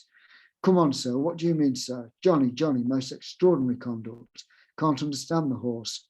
The peal of laughter which followed Gabriel's imitation of the incident was interrupted by a resounding knock at the hall door. Mary Jane ran to open it and let in Freddie Malins. Freddie Malins, with his hat well back on his head and his shoulders humped with coal, was puffing and steaming after his exertions. Oh, thanks, Mark. Michael, perhaps you'd take over. I could only get one cab, he said. Oh, we'll find another along the quay, said Gabriel. Yes, said Aunt Kate, better not keep Mrs. Malins standing in the draught. Mrs. Malins was helped down the front steps by her son and Mr. Brown and, after many manoeuvres, hoisted into the cab. Freddie Malins clambered in after her and spent a long time settling her on the seat. Mr. Brown helped him with advice. At last, she was settled comfortably and Freddie Malins invited Mr. Brown into the cab. There was a good deal of confused talk, and then Mr. Brown got into the cab. The cabman settled his rug over his knees and bent down for the address. The confusion grew greater and the cabman was directed differently by Freddie Malins and Mr. Brown, each of whom had his head out through a window of the cab. The difficulty was to know where to drop Mr. Brown along the route, and Aunt Kate, Aunt Julia and Mary Jane helped the discussion from the doorstep with cross directions and contradictions and abundance of laughter. As for Freddie Malins, he was speechless with laughter. He popped his head in and out of the window every moment, to the great danger of his hat, and told his mother how the discussion was progressing, till at last Mr. Brown shouted to the bewildered cabman above the din of everybody's laughter. Do you know Trinity College? Yes, sir, said the cabman. Well, drive bang up against Trinity College gate, said Mr. Brown, and then we'll tell you where to go. You understand now? Yes, sir, said the cabman. Make like a bird for Trinity College. Right, sir, said the cabman. The horse was whipped up and the cab rattled off along the quay amid a chorus of laughter and adieus. Gabriel had not gone to the door with the others. He was in a dark part of the hall, gazing up the staircase. A woman was standing near the top of the first flight, in the shadow also. He could not see her face, but he could see the terracotta and salmon pink panels of her skirt, which the shadow made appear black and white. It was his wife. She was leaning on the banisters, listening to something. Gabriel was surprised at her stillness and strained his ear to listen also. but he could hear little save the noise of laughter and dispute on the front steps, a few chords struck on the piano, and a few notes of a man's voice singing. He stood still in the gloom of the hall, trying to catch the air that the voice was singing, and gazing up at his wife. There was grace and mystery in her attitude, as if she were a symbol of something. He asked himself, what is a woman standing on the stairs in the shadow, listening to distant music, a symbol of? If he were a painter, he would paint her in that attitude. Her blue felt hat would show off the bronze of her hair against the darkness, and the dark panels of her skirt would show off the light ones. Distant music, he would call the picture, if he were a painter. The hall door was closed, and Aunt Kate, Aunt Julia, and Mary Jane came down the hall, still laughing. Well, isn't Freddie terrible, said Mary Jane. He's really terrible. Gabriel said nothing, but pointed up the stairs towards where his wife was standing. Now that the hall door was closed, the voice and the piano could be heard more clearly. Gabriel held up his hand for them to be silent. The song seemed to be in the old Irish tonality, and the singer seemed uncertain both of his words and his voice. The voice, made plaintive by distance and by the singer's hoarseness, faintly illuminated the cadence of the air with words expressing grief. Oh, the rain falls on my heavy locks, and the dew wets my skin. My babe lies cold. Oh, exclaimed Mary Jane, it's Bartel D'Arcy singing, and he wouldn't sing all the night. Oh, I'll get him to sing a song before he goes. Oh, do, Mary Jane, said Aunt Kate. Mary Jane brushed past the others and ran to the staircase, but before she reached it, the singing stopped and the piano was closed abruptly. Oh, what a pity, she cried. Is he coming down, Greta? Gabriel heard his wife answer yes and saw her come down towards them. A few steps behind her were Mr. Bartel D'Arcy and Miss O'Callaghan. Oh, Mr. Darcy, cried Mary Jane, it's downright mean of you to break off like that when we were all in raptures listening to you. I've been with him all the evening, said Miss O'Callaghan, and Miss Conroy too, and he told us he had a dreadful cold and he couldn't sing. Oh, Mr. Darcy, said Aunt Kate, now that was a great fib to tell. Can't you see that I'm as hoarse as a crow, said Mr. Darcy roughly. He went into the pantry hastily and put on his overcoat. The others, taken aback by his rude speech, could find nothing to say. Aunt Kate wrinkled her brows and made signs to the others to drop the subject. Mr. Darcy stood swathing his neck carefully and frowning. It's the weather, said Aunt Julia after a pause. Yes, everybody has colds, said Aunt Kate readily. Everybody. They say, said Mary Jane, we haven't had snow like it for 30 years, and I read this morning in the newspapers that the snow is general all over Ireland. I love the look of snow, said Aunt Julia sadly. So do I, said Miss O'Callaghan. I think Christmas is never really Christmas unless we have the snow on the ground. But poor Mr. Darcy doesn't like the snow, said Aunt Kate, smiling. Mr. Darcy came from the pantry, fully swathed and buttoned, and in a repentant tone told them the history of his cold. Everyone gave him advice and said it was a great pity and urged him to be very careful of his throat in the night air. Gabriel watched his wife, who did not join in the conversation. She was standing right under the dusty fanlight, and the flame of the gas lit up the rich bronze of her hair, which he had seen her drying at the fire a few days before. She was in the same attitude and seemed unaware of the talk about her. At last she turned towards them, and Gabriel saw that there was colour on her cheeks and that her eyes were shining. A sudden tide of joy went leaping out of his heart. Thanks. Heather, perhaps you'd unmute and continue. Thank you. Mr. Darcy, she said, what is the name of that song you were singing? It's called The Lass of Aughrim, said Miss Darcy, but I couldn't remember it properly. Why, do you know it? The Lass of Aughrim, she repeated. I couldn't think of the name. It's a very nice air, said Mary Jane. I'm sorry you were not in voice tonight. Now, Mary Jane, said Aunt Kate, don't annoy Mr. Darcy. I won't have him annoyed. Seeing that all were ready to start, she shepherded them to the door, where good night was said. Well, good night, Aunt Kate, and thanks for the pleasant evening. Good night, Gabriel. Good night, Greta.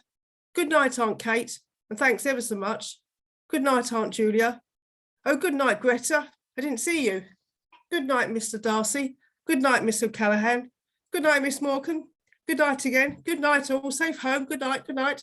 The morning was still dark. A dull yellow light brooded over the houses and the river, and the sky seemed to be descending. It was slushy underfoot, and only streaks and patches of snow lay on the roofs and the parapets of the quay and on the area railings. The lamps were still burning ready in the murky air, and across the river, the palace of the forecourt stood out menacingly against the heavy sky. She was walking on before him and with Mr. Bartell Darcy, her shoes in a brown parcel tucked under one arm and her hands holding her skirt up from the slush. She had no longer any grace of attitude, but Gabriel's eyes were still bright with happiness. The blood went bounding along his veins and the thoughts went rioting through his brain, proud, joyful, tender, valorous. She was walking on before him so lightly and so erect that he longed to run after her noiselessly, catch her by the shoulders and say something foolish and affectionate into her ear. She seemed to him so frail that he longed to defend her against something and then to be alone with her. Moments of their secret life together burst like stars upon his memory. A heliotrope envelope was lying beside his breakfast cup and he was caressing it with his hand. Birds were twittering in the ivy and the sunny web of the curtain was shivering along the floor. He could not eat for happiness. They were standing on the crowded platform and he was placing a ticket inside the warm palm of her glove. He was standing with her in the cold, looking in through a grated window at a man making bottles in a roaring furnace. It was very cold. Her face, fragrant in the cold air, was quite close to his. And suddenly he called out to the man at the furnace, "Is the fire hot, sir?" But the man could not hear with the noise of the furnace. It was just as well. He might have answered rudely. A wave of yet more tender joy escaped from his heart and went coursing in warm flood along his arteries, like the tender fire of stars, moments of their life together, that no one knew or would ever know of, broke upon and illumined his memory. He longed to recall to her those moments, to make her forget the years of the dull existence together and remember only their moments of ecstasy. For the years, he felt, had not quenched his soul or hers. Their children, his writing, her household cares had not quenched all their soul's tender fire. In one letter he had written to her, then he had said, "Why is it that words like these seem to me so dull and cold? Is it because there is no word tender enough to be your name?" Like distant music, these words that he had written years before were borne towards him from the past. He longed to be alone with her when the others had gone away, when he and she were in their room in the hotel where they would be alone together. He would call her softly, "Greta." Perhaps she would not hear him at once. She would be undressing, then something in his voice would strike her. She would turn and look at him. At the corner of Wine Tavern Street, they met a cab. He was glad of its rattling noise, and it saved him from conversation. She was looking out of the window and seemed tired. The others spoke only a few words, pointing out some building or street. The horse galloped along wearily under the murky morning sky, dragging his old rattling box after his heels. And Gabriel was again in the cab with her, galloping to catch the boat, galloping to the honeymoon. As the cab I think unless there's going to be a chorus of voices saying stop, I mean, we've got 7 pages. I think we should continue to the end. Shall we do that? Yes, is everybody there? I mean, I can't see who's here. 8 people are here. I see a number. People want to drop off. Yeah. Okay. As the cab drove across O'Connell Bridge, Miss O'Callaghan said, "They say you never cross O'Connell Bridge without seeing a white horse." "I see a white man this time," said Gabriel. "Where?" asked Mr. Bartell Darcy. Gabriel pointed to the statue on which lay patches of snow.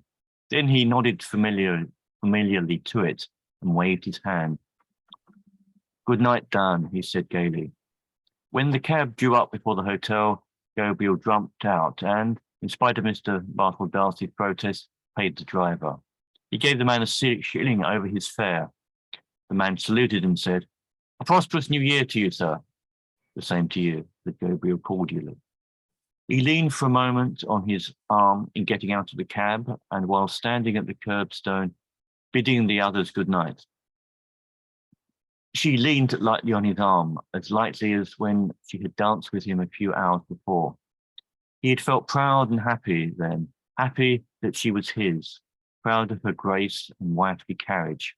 But now, after the kindling again of so many memories, the first touch of her body, musical and strange and perfumed, sent to him a keen pang of lust.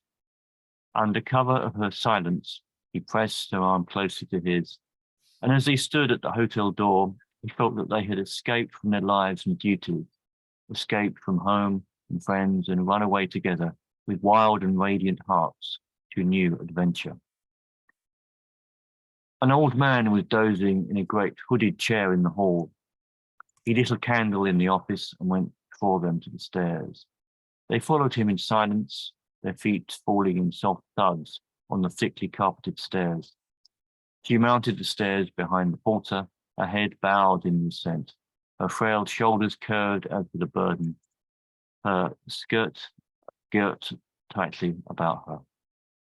He could have flung his arms about her hips and held her still, for his arms were trembling with desire to seize her, and only the stress of his nails against the palm of his hands held the wild impulse of his body in check. The porter halted on the stairs to settle his guttering candle. They halted too on the steps below him. In the silence, Gabriel could hear the falling of the molten wax into the tray and the thumping of his own heart against his ribs. The porter led them along a corridor and opened a door. Then he set the unstable candle down on a toilet table and asked at what hour they were to be called in the morning. 8, said Gabriel. The porter pointed to the tap of the electric light and began a muttered apology, but Gabriel cut him short. We don't want any light. We have enough light from the streets. And I say, he added, pointing to the candle, you might remove that handsome article like a good man. The porter took up his candle again, but slowly, for he was surprised by such a novel idea. Then he mumbled good night and went out. Gabriel shot the lock to. A ghostly light from the street lamp lay a long shaft from one window to the door. Gabriel threw his overcoat and hat on a couch and crossed the room towards the window. He looked down into the street in order that his emotion might calm a little. Then he turned and leaned against the chest of drawers with his back to the light. She had taken off her hat and cloak and was standing before a large swinging mirror, unhooking her waist. Gabriel paused for a few moments, watching her, and then said, Greta. He turned away from the mirror slowly and walked along the shaft of light towards him. Her face looked so serious and weary that the words would not pass Gabriel's lips. No, it was not the moment yet.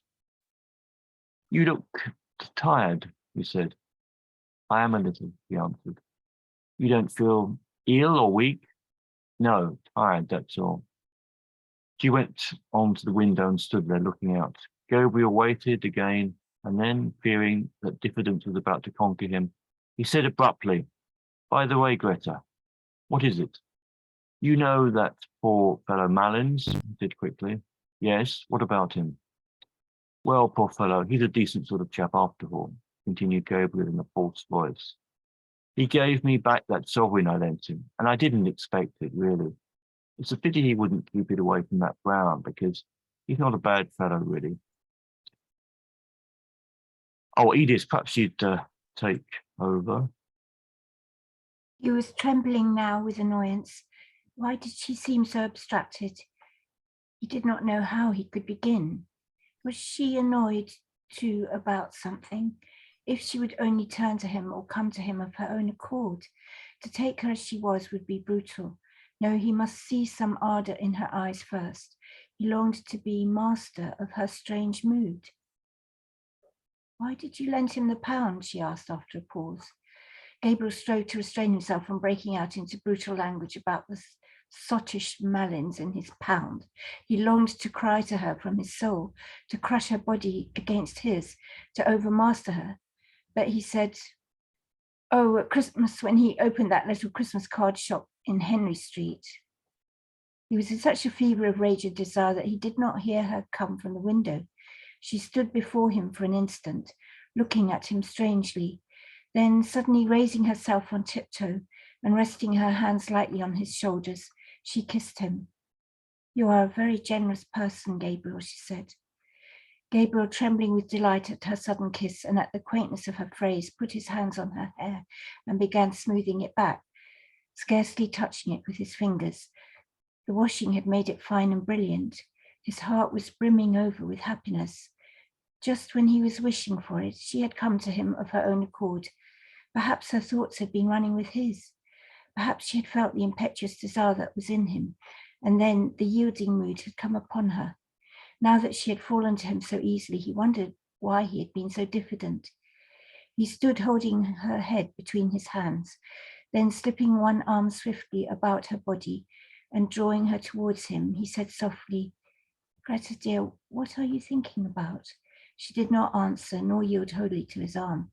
He said again softly, "Tell me what it is, Greta. I think I know what is the matter.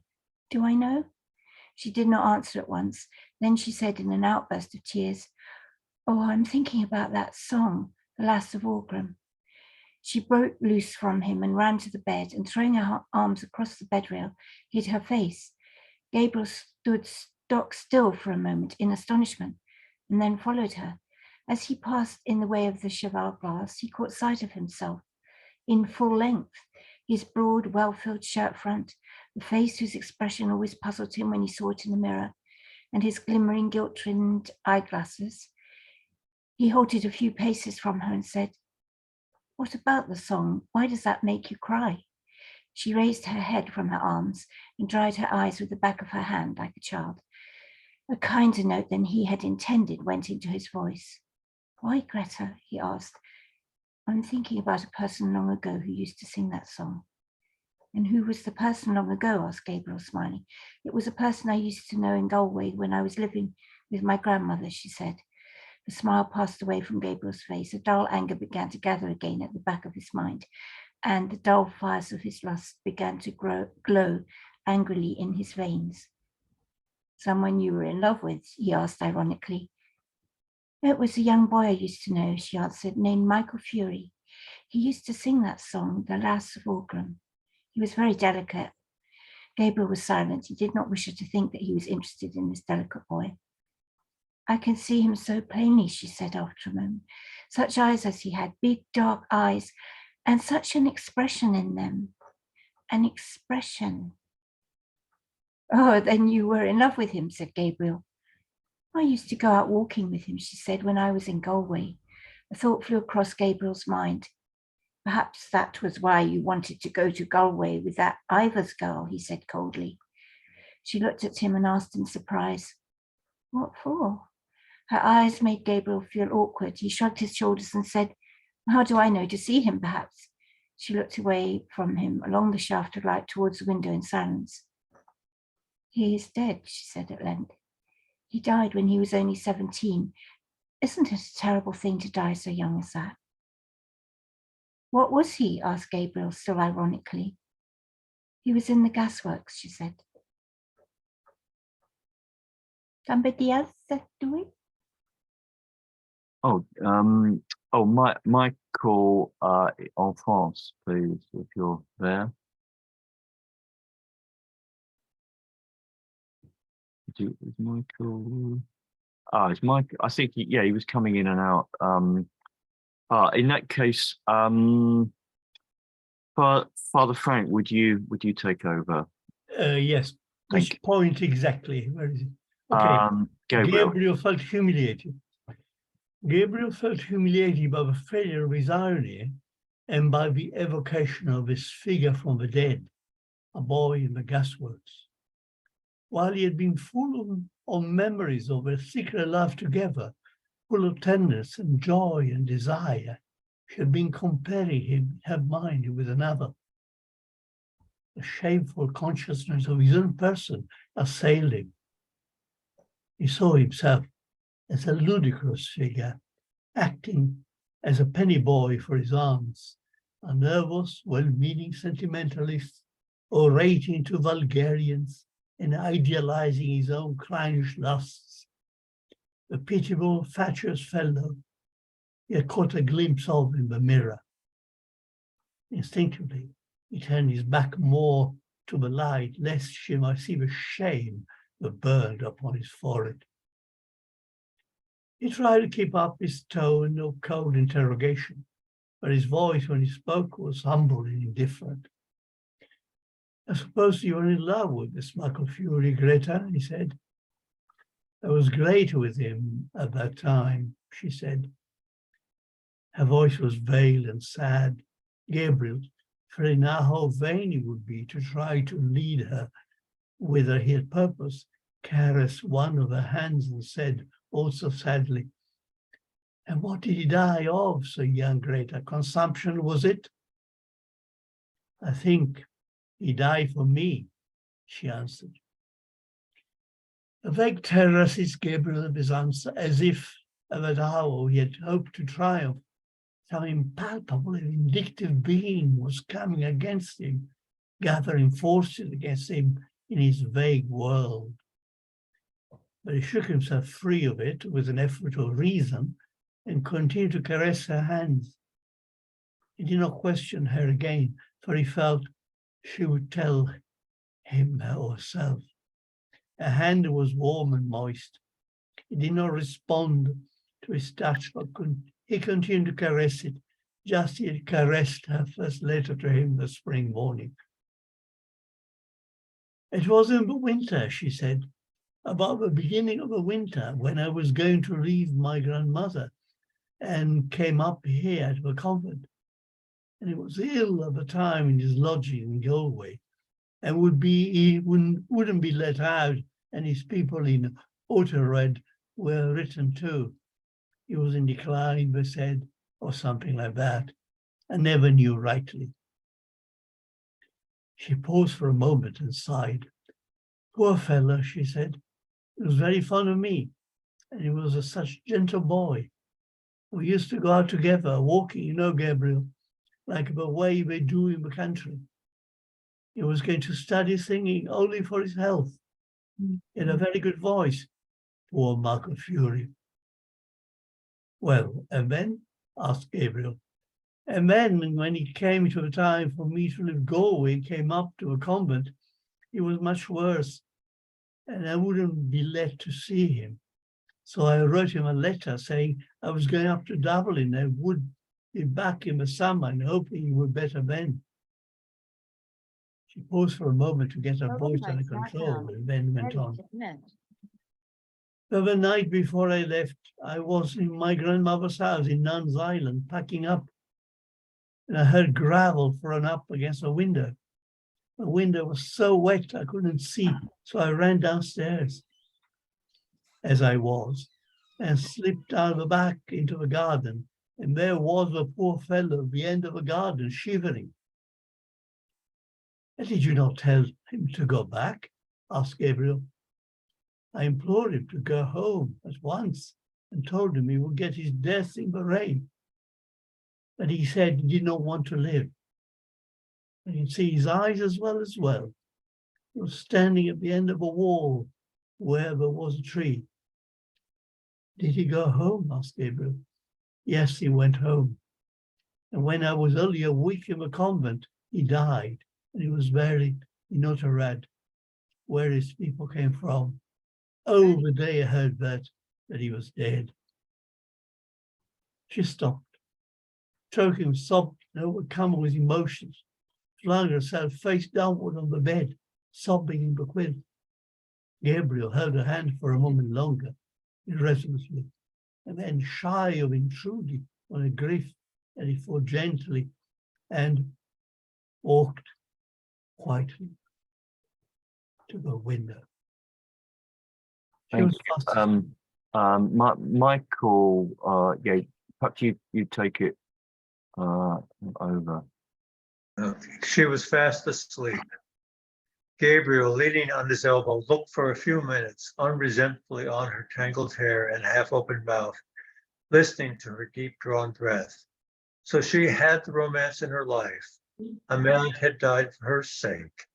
It hardly pained him now to think how poor a part he, her husband, had played in her life. He watched her while she slept as though he and she had never lived together as man and wife. His curious eyes rested long upon her face and on her hair, and as he thought of what she must have been then, in that time of her first girlish beauty, a strange, friendly pity for her entered his soul. He did not like to say even to himself that her face was no longer beautiful, but he knew that it was no longer the face from which Michael Fury had braved death. Perhaps she had not told him all the story. His eyes moved to the chair over which she had thrown some of her clothes. A petticoat string dangled to the floor. One boot stood upright, its limp upper fallen down. The fellow of it lay upon its side. He wondered at his riot of emotions of an hour before. From what had it proceeded? From his aunt's supper, from his own foolish speech, from the wine and dancing, the merrymaking when saying goodnight in the hall, the pleasure of the walk along the river in the snow. Poor Aunt Julia. She too would soon be a shade with the shade of Patrick Morkan and his horse. He had caught that haggard look upon her face for a moment when she was singing Arrayed for the Bridal. Soon, perhaps, he would be sitting in that same drawing room, dressed in black, his silk hat on his knees. The blinds would be drawn down, and Aunt Kate would be sitting beside him, crying and blowing her nose and telling him how Julia had died. He would cast about in his mind for some words that might console her, and would find only lame and useless ones. Yes, that would happen very soon.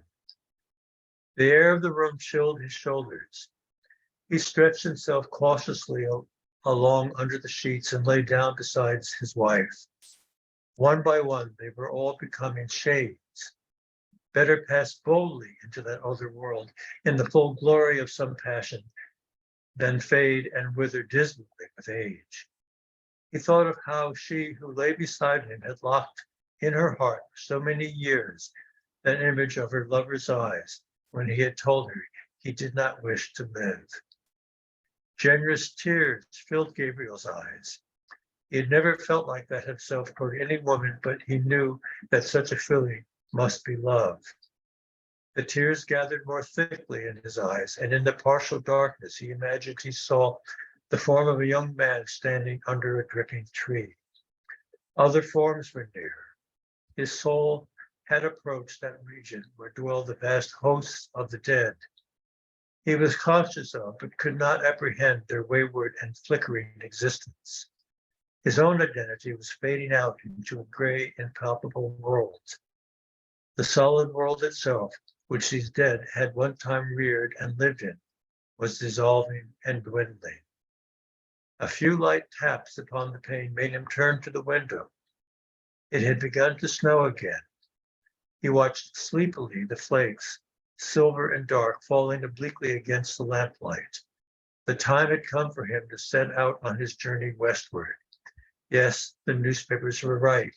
Snow was general all over Ireland. It was falling at every part of the dark central plain, on the treeless hills, falling softly upon the bog of Allen, and farther westward softly falling into the dark, mutinous Shannon waves. It was falling too upon every part of the lonely churchyard on the hill where Michael Furry lay buried. It lay thickly drifted on the crooked crosses and headstones, on the spears of the little gate, on the barren thorns. His soul swooned slowly as he heard the snow falling faintly through the universe and faintly falling like the descent of their last end upon all the living and the dead. Thank you, Michael, for bringing us to what I think is a majestic conclusion to the story. Yeah, the final pages of writing are very fine. Yeah, and anyone like to venture any thoughts about that? Oh, firstly, Michael, how does it compare to the film? It is the film. The film. I mean, film was one of my favorites. Yeah. I mean, it was so many years ago, and I don't remember it all that much. I think at the end, they leave the party, and I think they're in a coach. Yes.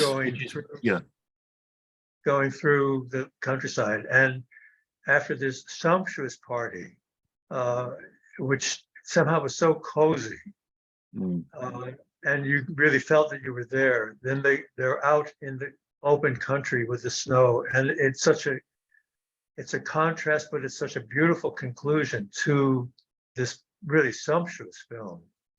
It was Houston's last, and I just remember it being very, very powerful, very, very beautiful, very lovely, and very sad in its own kind of beautiful way. But I think towards the end, we have an example of what Joyce was famous for, the epiphany moment.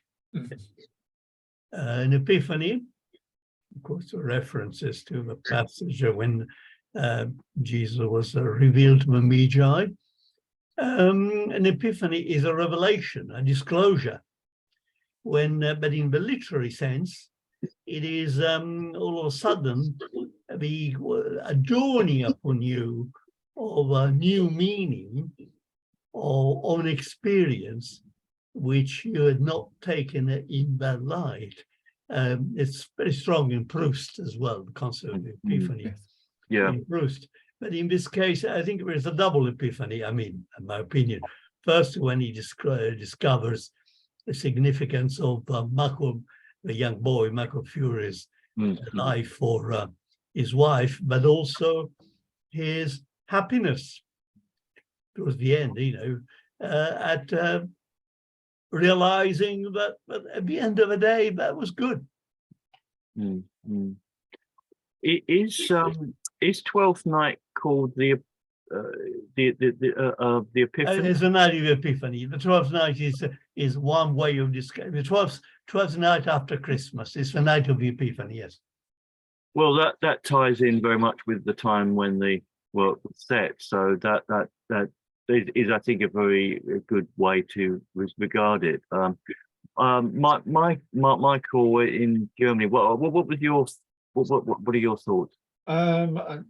I hesitate to make any comment after I've read those two excellent comments from Michael and Father Frank, and their different ways, truly excellent. I don't know if I can make an intelligent comment. I haven't seen the film. I entirely agree with what Father Frank said. I was struck by the colorfulness of the story, the imagery that was so strong that I very, very seldom experienced in other writers, the details of it, and this sort of combination of, if you like, the banality of life, and yet the feeling that something is more profound is going on, which is rather sort of hard to explain. It's a very powerful piece of writing, undoubtedly. I think it would be hard to argue against that. And I wouldn't dare to. I mean, I think it's a very impressive piece of writing. I think all of us have probably, in our younger days, been to events like that, and it has a resonance maybe for us all. These sort of social gatherings where our relatives are there, and gatherings where we're situated into our own personal histories, with all sorts of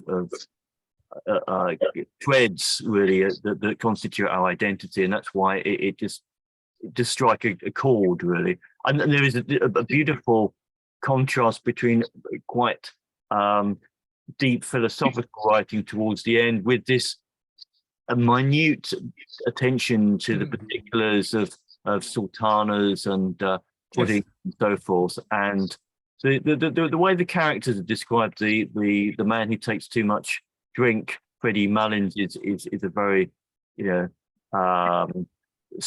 vivid.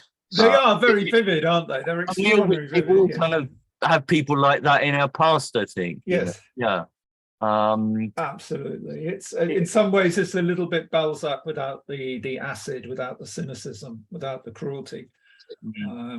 Yeah, it's a remarkable piece of For work. me also, there were bits which made me think that the idea of wokenness, being woke, is not really new. For example, when a lady complains about the fact of the boys' choirs, boys only choirs, Yeah.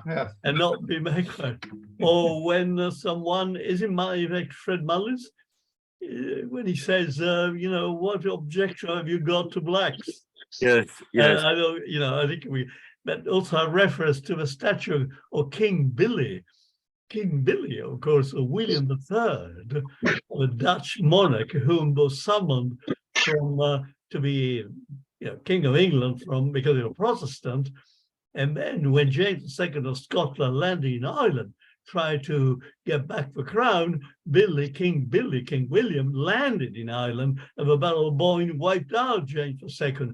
And the Irish Catholics had to put up with statues of King Billy or William III all over Ireland. I think they still have some in Ulster, but probably not anymore in Dublin. I was going to ask that, whether the Wellington Monument and the statue of King William are still to be seen in Dublin. I rather doubt it. They pulled down the Nelson Monument and put up a sort of really appalling, whatever you think, that dreadful thing in the centre of Dublin, which is like a sort of misbegotten phallus. I don't know what it is. Oh, the Nelson. There used to be the Nelson column that they pulled down after the revolution. Yeah, that I think came up earlier than the column in Trafalgar Square. It was yeah, I think it did actually. Just there was popular sentiment. People just wanted to rub a monument. But I think that the statue of King Billy on the horse. Perhaps I misread the story, but I thought the horse that was pulling the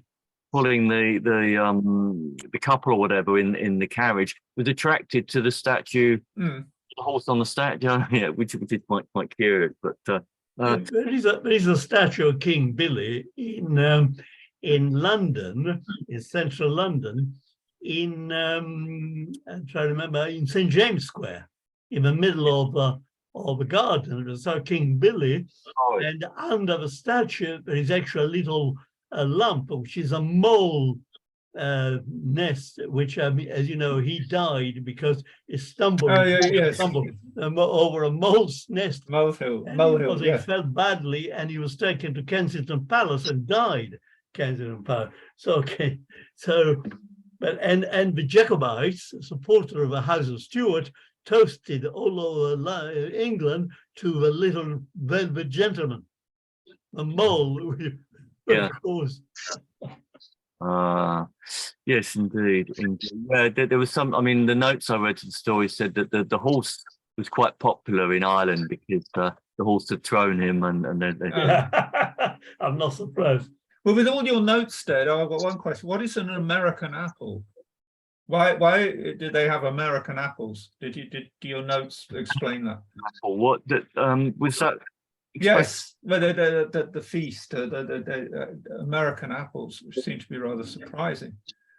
Oh, I can't. Don't worry, it's just a small point I noted down, as you said, if you have any questions and you had these notes. I don't recall any. But if I can find something, I will. American.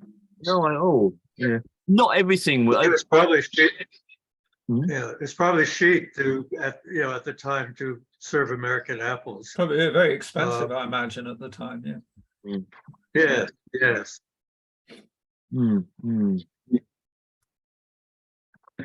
Yeah, as you said, it does remind me of parts of Proust very much. Yeah, the way the music is very evocative, and that's dwelt upon. Yes. Whether there was much influence from Joyce to Proust, because Proust was writing later, I don't know. Well, I don't know about the influence. I mean, they were more or less contemporary. I don't know. No, maybe not. Proust was slightly later. Well, that's a literary device which maybe was not invented by Joyce. Maybe Joyce made use of it, but I can't say more than that. But I mean, a different way of construing it. It's also the penny drops effect, you know, that's it. All of a sudden you understand something which you not comprehended before, and you see things in a completely different light. It can be a grand experience, like in the case of a story, or it could be something very simple, like all of a sudden you realize you understand someone in entirely different light. I mean, you know, someone you thought was a friend, and he wasn't actually. Maybe he was a spy. Daniel, how did you find it? Perhaps most of us are more familiar with Dublin than you are, and some of the references we would more easily grasp. How did you find it? I read many things about Joyce, but not much. Not much of the literature from Joyce. But the Dead is a text I often read, and I agree to Michael from Germany. It's very special. It's very fantastic, and often the end I find cited in other contexts, and I think the end of the text is very beautiful. Yeah. When the snow falls all over the country on death and the living, it's very beautiful. And there are many things in this text, the Irish nationalism, the problems Joyce had with the Catholic Church, and the social life. It's very good. And it's one of the texts I like very much about the old Ireland. Mm-hmm. Yeah, yes, I agree. Yeah. It's pervaded with a sense of humanity, which is, I think, very basic. Yes. Yes, good point Daniel made about Joyce of the Catholic Church, because he was an anti-clerical. Yes, he was. He adopted the posture from his father. His father also was very much anti the church, and it's a feature which you very often come across amongst Irish people, because the importance of a church, overwhelming importance of a church, sometimes they reacted all the other way. Now, in more recent times, because of a scandal of the abuse, child abuse it's gone all the way. I mean, Ireland, the Catholic country, has become almost the opposite. Yes. In the past, you did find the Irishman who was very strongly anti-clerical. Whereas, for example, in this country, in England, you very rare to find really anti-clerical people. Because church doesn't matter very much. Yes, indeed.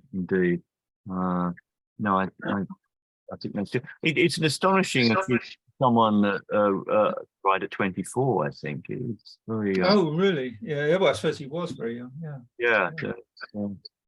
I don't know if it occurred to them. It did slightly occur to me that there were sort of echoes in T.S. Eliot's love song of J. Alfred Prufrock. So I was sort of bitter turn on this, that he was influenced. Some of the reference to the language, I feel I've mounted the stairs, I feel as I've mounted on my hands and knees. When will you return? I never will return, she said. It sounds to me almost as if Eliot is influenced by this, and after the war it turned it into something sour and almost cynical. I just wondered if there could be an influence. I'd have to look at it more closely, but it seemed to me echoes of language quite a lot, and the music, except for but it all turned negative, except for a street piano, mechanical and tired, bringing out songs that others have recorded or something. I can't remember the exact words. Interesting. You mentioned T.S. Eliot. Yeah. It's interesting that, of course, Joyce, so when he was in financial straits, when he lived especially when he lived in Switzerland, he was helped out a lot by people like Ezra Pound, that's most. Always very modernist writers and artists, as well as by T.S. Eliot. I think T.S. Eliot was amateur. He worked for Faber and Faber, didn't he, at some stage, and Yes, he was able yes. to help out Joyce. I mean, it's a tricky one. I mean, he was at some stage regarded, idolized as one of the greatest writers alive. I am going to say a heresy. I'm going to say that Ulysses, which is supposed to be the greatest of novel modern, I think Ulysses is actually unreadable. Now, I have read it, so I'm not completely finished. I have read it, but it's really, it's an unreadable book. As to Finnegan's Wake, I mean, that it is just, we're a different planet. But I mean, there's no denying the tremendous significance of Joyce's from a literary point of view. Finally, his wife, Nora Barnacle. Yes, an He important. was an immense intellectual man, but she was completely uneducated. But she was a muse, and she represented something very important for him, and I think that's reflected in the story, the way that Greta does for. Oh, really? Is she a reflection of his wife, don't you think? Yeah, and I think I made myself. Oh, sorry, Michael. What did you I was just going to say, I made myself reread Ulysses just in the last year. I read it in college, but I really wanted to reread it again. And yes, it is challenging. A good friend said that no one could write like that today and get away with it. And yet it carries you through in some very, very strange way. And I found by the end with Molly's soliloquy, it brought me to tears by the time I concluded it. So it's an extraordinarily powerful, really deep, complex, working on so many different levels. But I wouldn't want to read it again. I'm glad I did. It isn't an easy read. And the title, Ulysses, the idea comparison with the Odyssey, of course, and in the novel was supposed to be all sorts of references, allegories. I mean, that's very forced. I found that, you might as well call it something completely different. The Odyssey is sort of coming to it. But again, I'm being sort of very negative. I agree with Michael. I mean, it is a very powerful book. Edith, any thoughts? Well, I think I thank you for reading the Thomas More poem, which. Oh, good. Yeah. I just got the text of it in front of me because it refers to Hecla's snow. So I looked up Hecla. The Icelandic, but yeah. It's a volcano in Iceland, but the Icelandics call it the gateway to hell or something. Yes. I mean, in their pagan, whatever. Culture, yes. But anyway, so it made me think really. I mean, I think the dead are all the people going about the daily business of life, life must go on, going through the motions, playing the organ, teaching children, having parties. But the poem says they're all dead. All the people, they think they're alive, but they're dead because all the best died long ago. Reading it, or one could think of the poem being two voices, one the living speaking the dead, and then the other the dead answering back. I read it like you did and thought it was implying that we're all dead in some sense. Well, we are. I mean, everybody thought we were, but at that, when was it written? Everybody thought we were. It's all dead, isn't it? And that's why people were turning back to, they didn't like the Catholic Church because it obscured the old religion, which was half pagan, half Catholic. And the great high kings of Ireland, the heyday of Ireland was sort of 500 to 1100. And so especially Irish, they're the living, they're walking dead. That's how they feel. They're very nostalgic. Thomas More, especially, I mean, all his songs, they just make you want to cry. And I think now other nations are coming to understand that, because we're younger, you know, Britain and Germany and France and Italy, we're much younger nations. But we're now getting that feeling, oh God, everybody's walking around and we've lost all contact with the living world. We're just dead. It's gone, you know. People do interpret it in if you like, a more pessimistic way that you, but does thanks for that. Heather, what any thoughts? Did you find it a valuable read? If you don't, well, it's quite fun to read out. You know, it was a nice sort of lively dialogue, so I sort of enjoyed it on that level. I've never gone anywhere near James Joyce because I think I've been put off because I've heard Ulysses is so bad and difficult to read. I've never really gone there, so that was a bit of a revelation for me. Yeah, I mean, I quite enjoyed it. So, but not even find it sort of affecting on a. If I wanted to go there, but I don't think I will. Yeah, I'll just sort of take it on that sort of. Yeah, I like the sort of the party scene. It was very sort of vivid. I thought it was very vivid. But yeah, well described. Mick, any sorry, I'm interrupting your afternoon tea. Oh, you're on mute. Sorry, you could unmute and. Sorry, I couldn't find the microphone. Yeah. No, I mean, I was aware of the story. I've not read it for a long time. Yeah, it was good. A bit long, like for a Sunday afternoon. I mean, it's nearly 5 now, but it's something that we've all kept here. So it must, we all wanted, I think, to get to the end. So that is evidence of its power, I think. You know. Yeah. The naval flag. I did actually have a little look at that just a minute ago, and it's. You are right, but they reverse the colours. The background is white and the cross is blue on the naval ensign for Russia. Yeah, that's right. Yeah, that's right. Yes, sorry, that's right. Well, that seemed a strange note on which.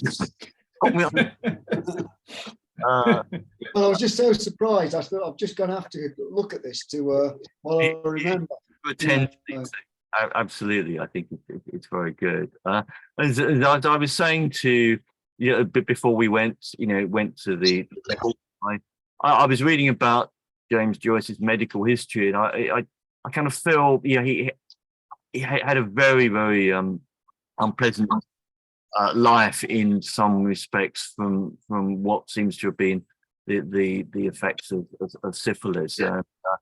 I just felt very, very sad for him personally, and he was tremendous problems with his eyes, could hardly walk at times. So I don't know, that's altered my view of him, made me far more sympathetic to him as a literary character, really.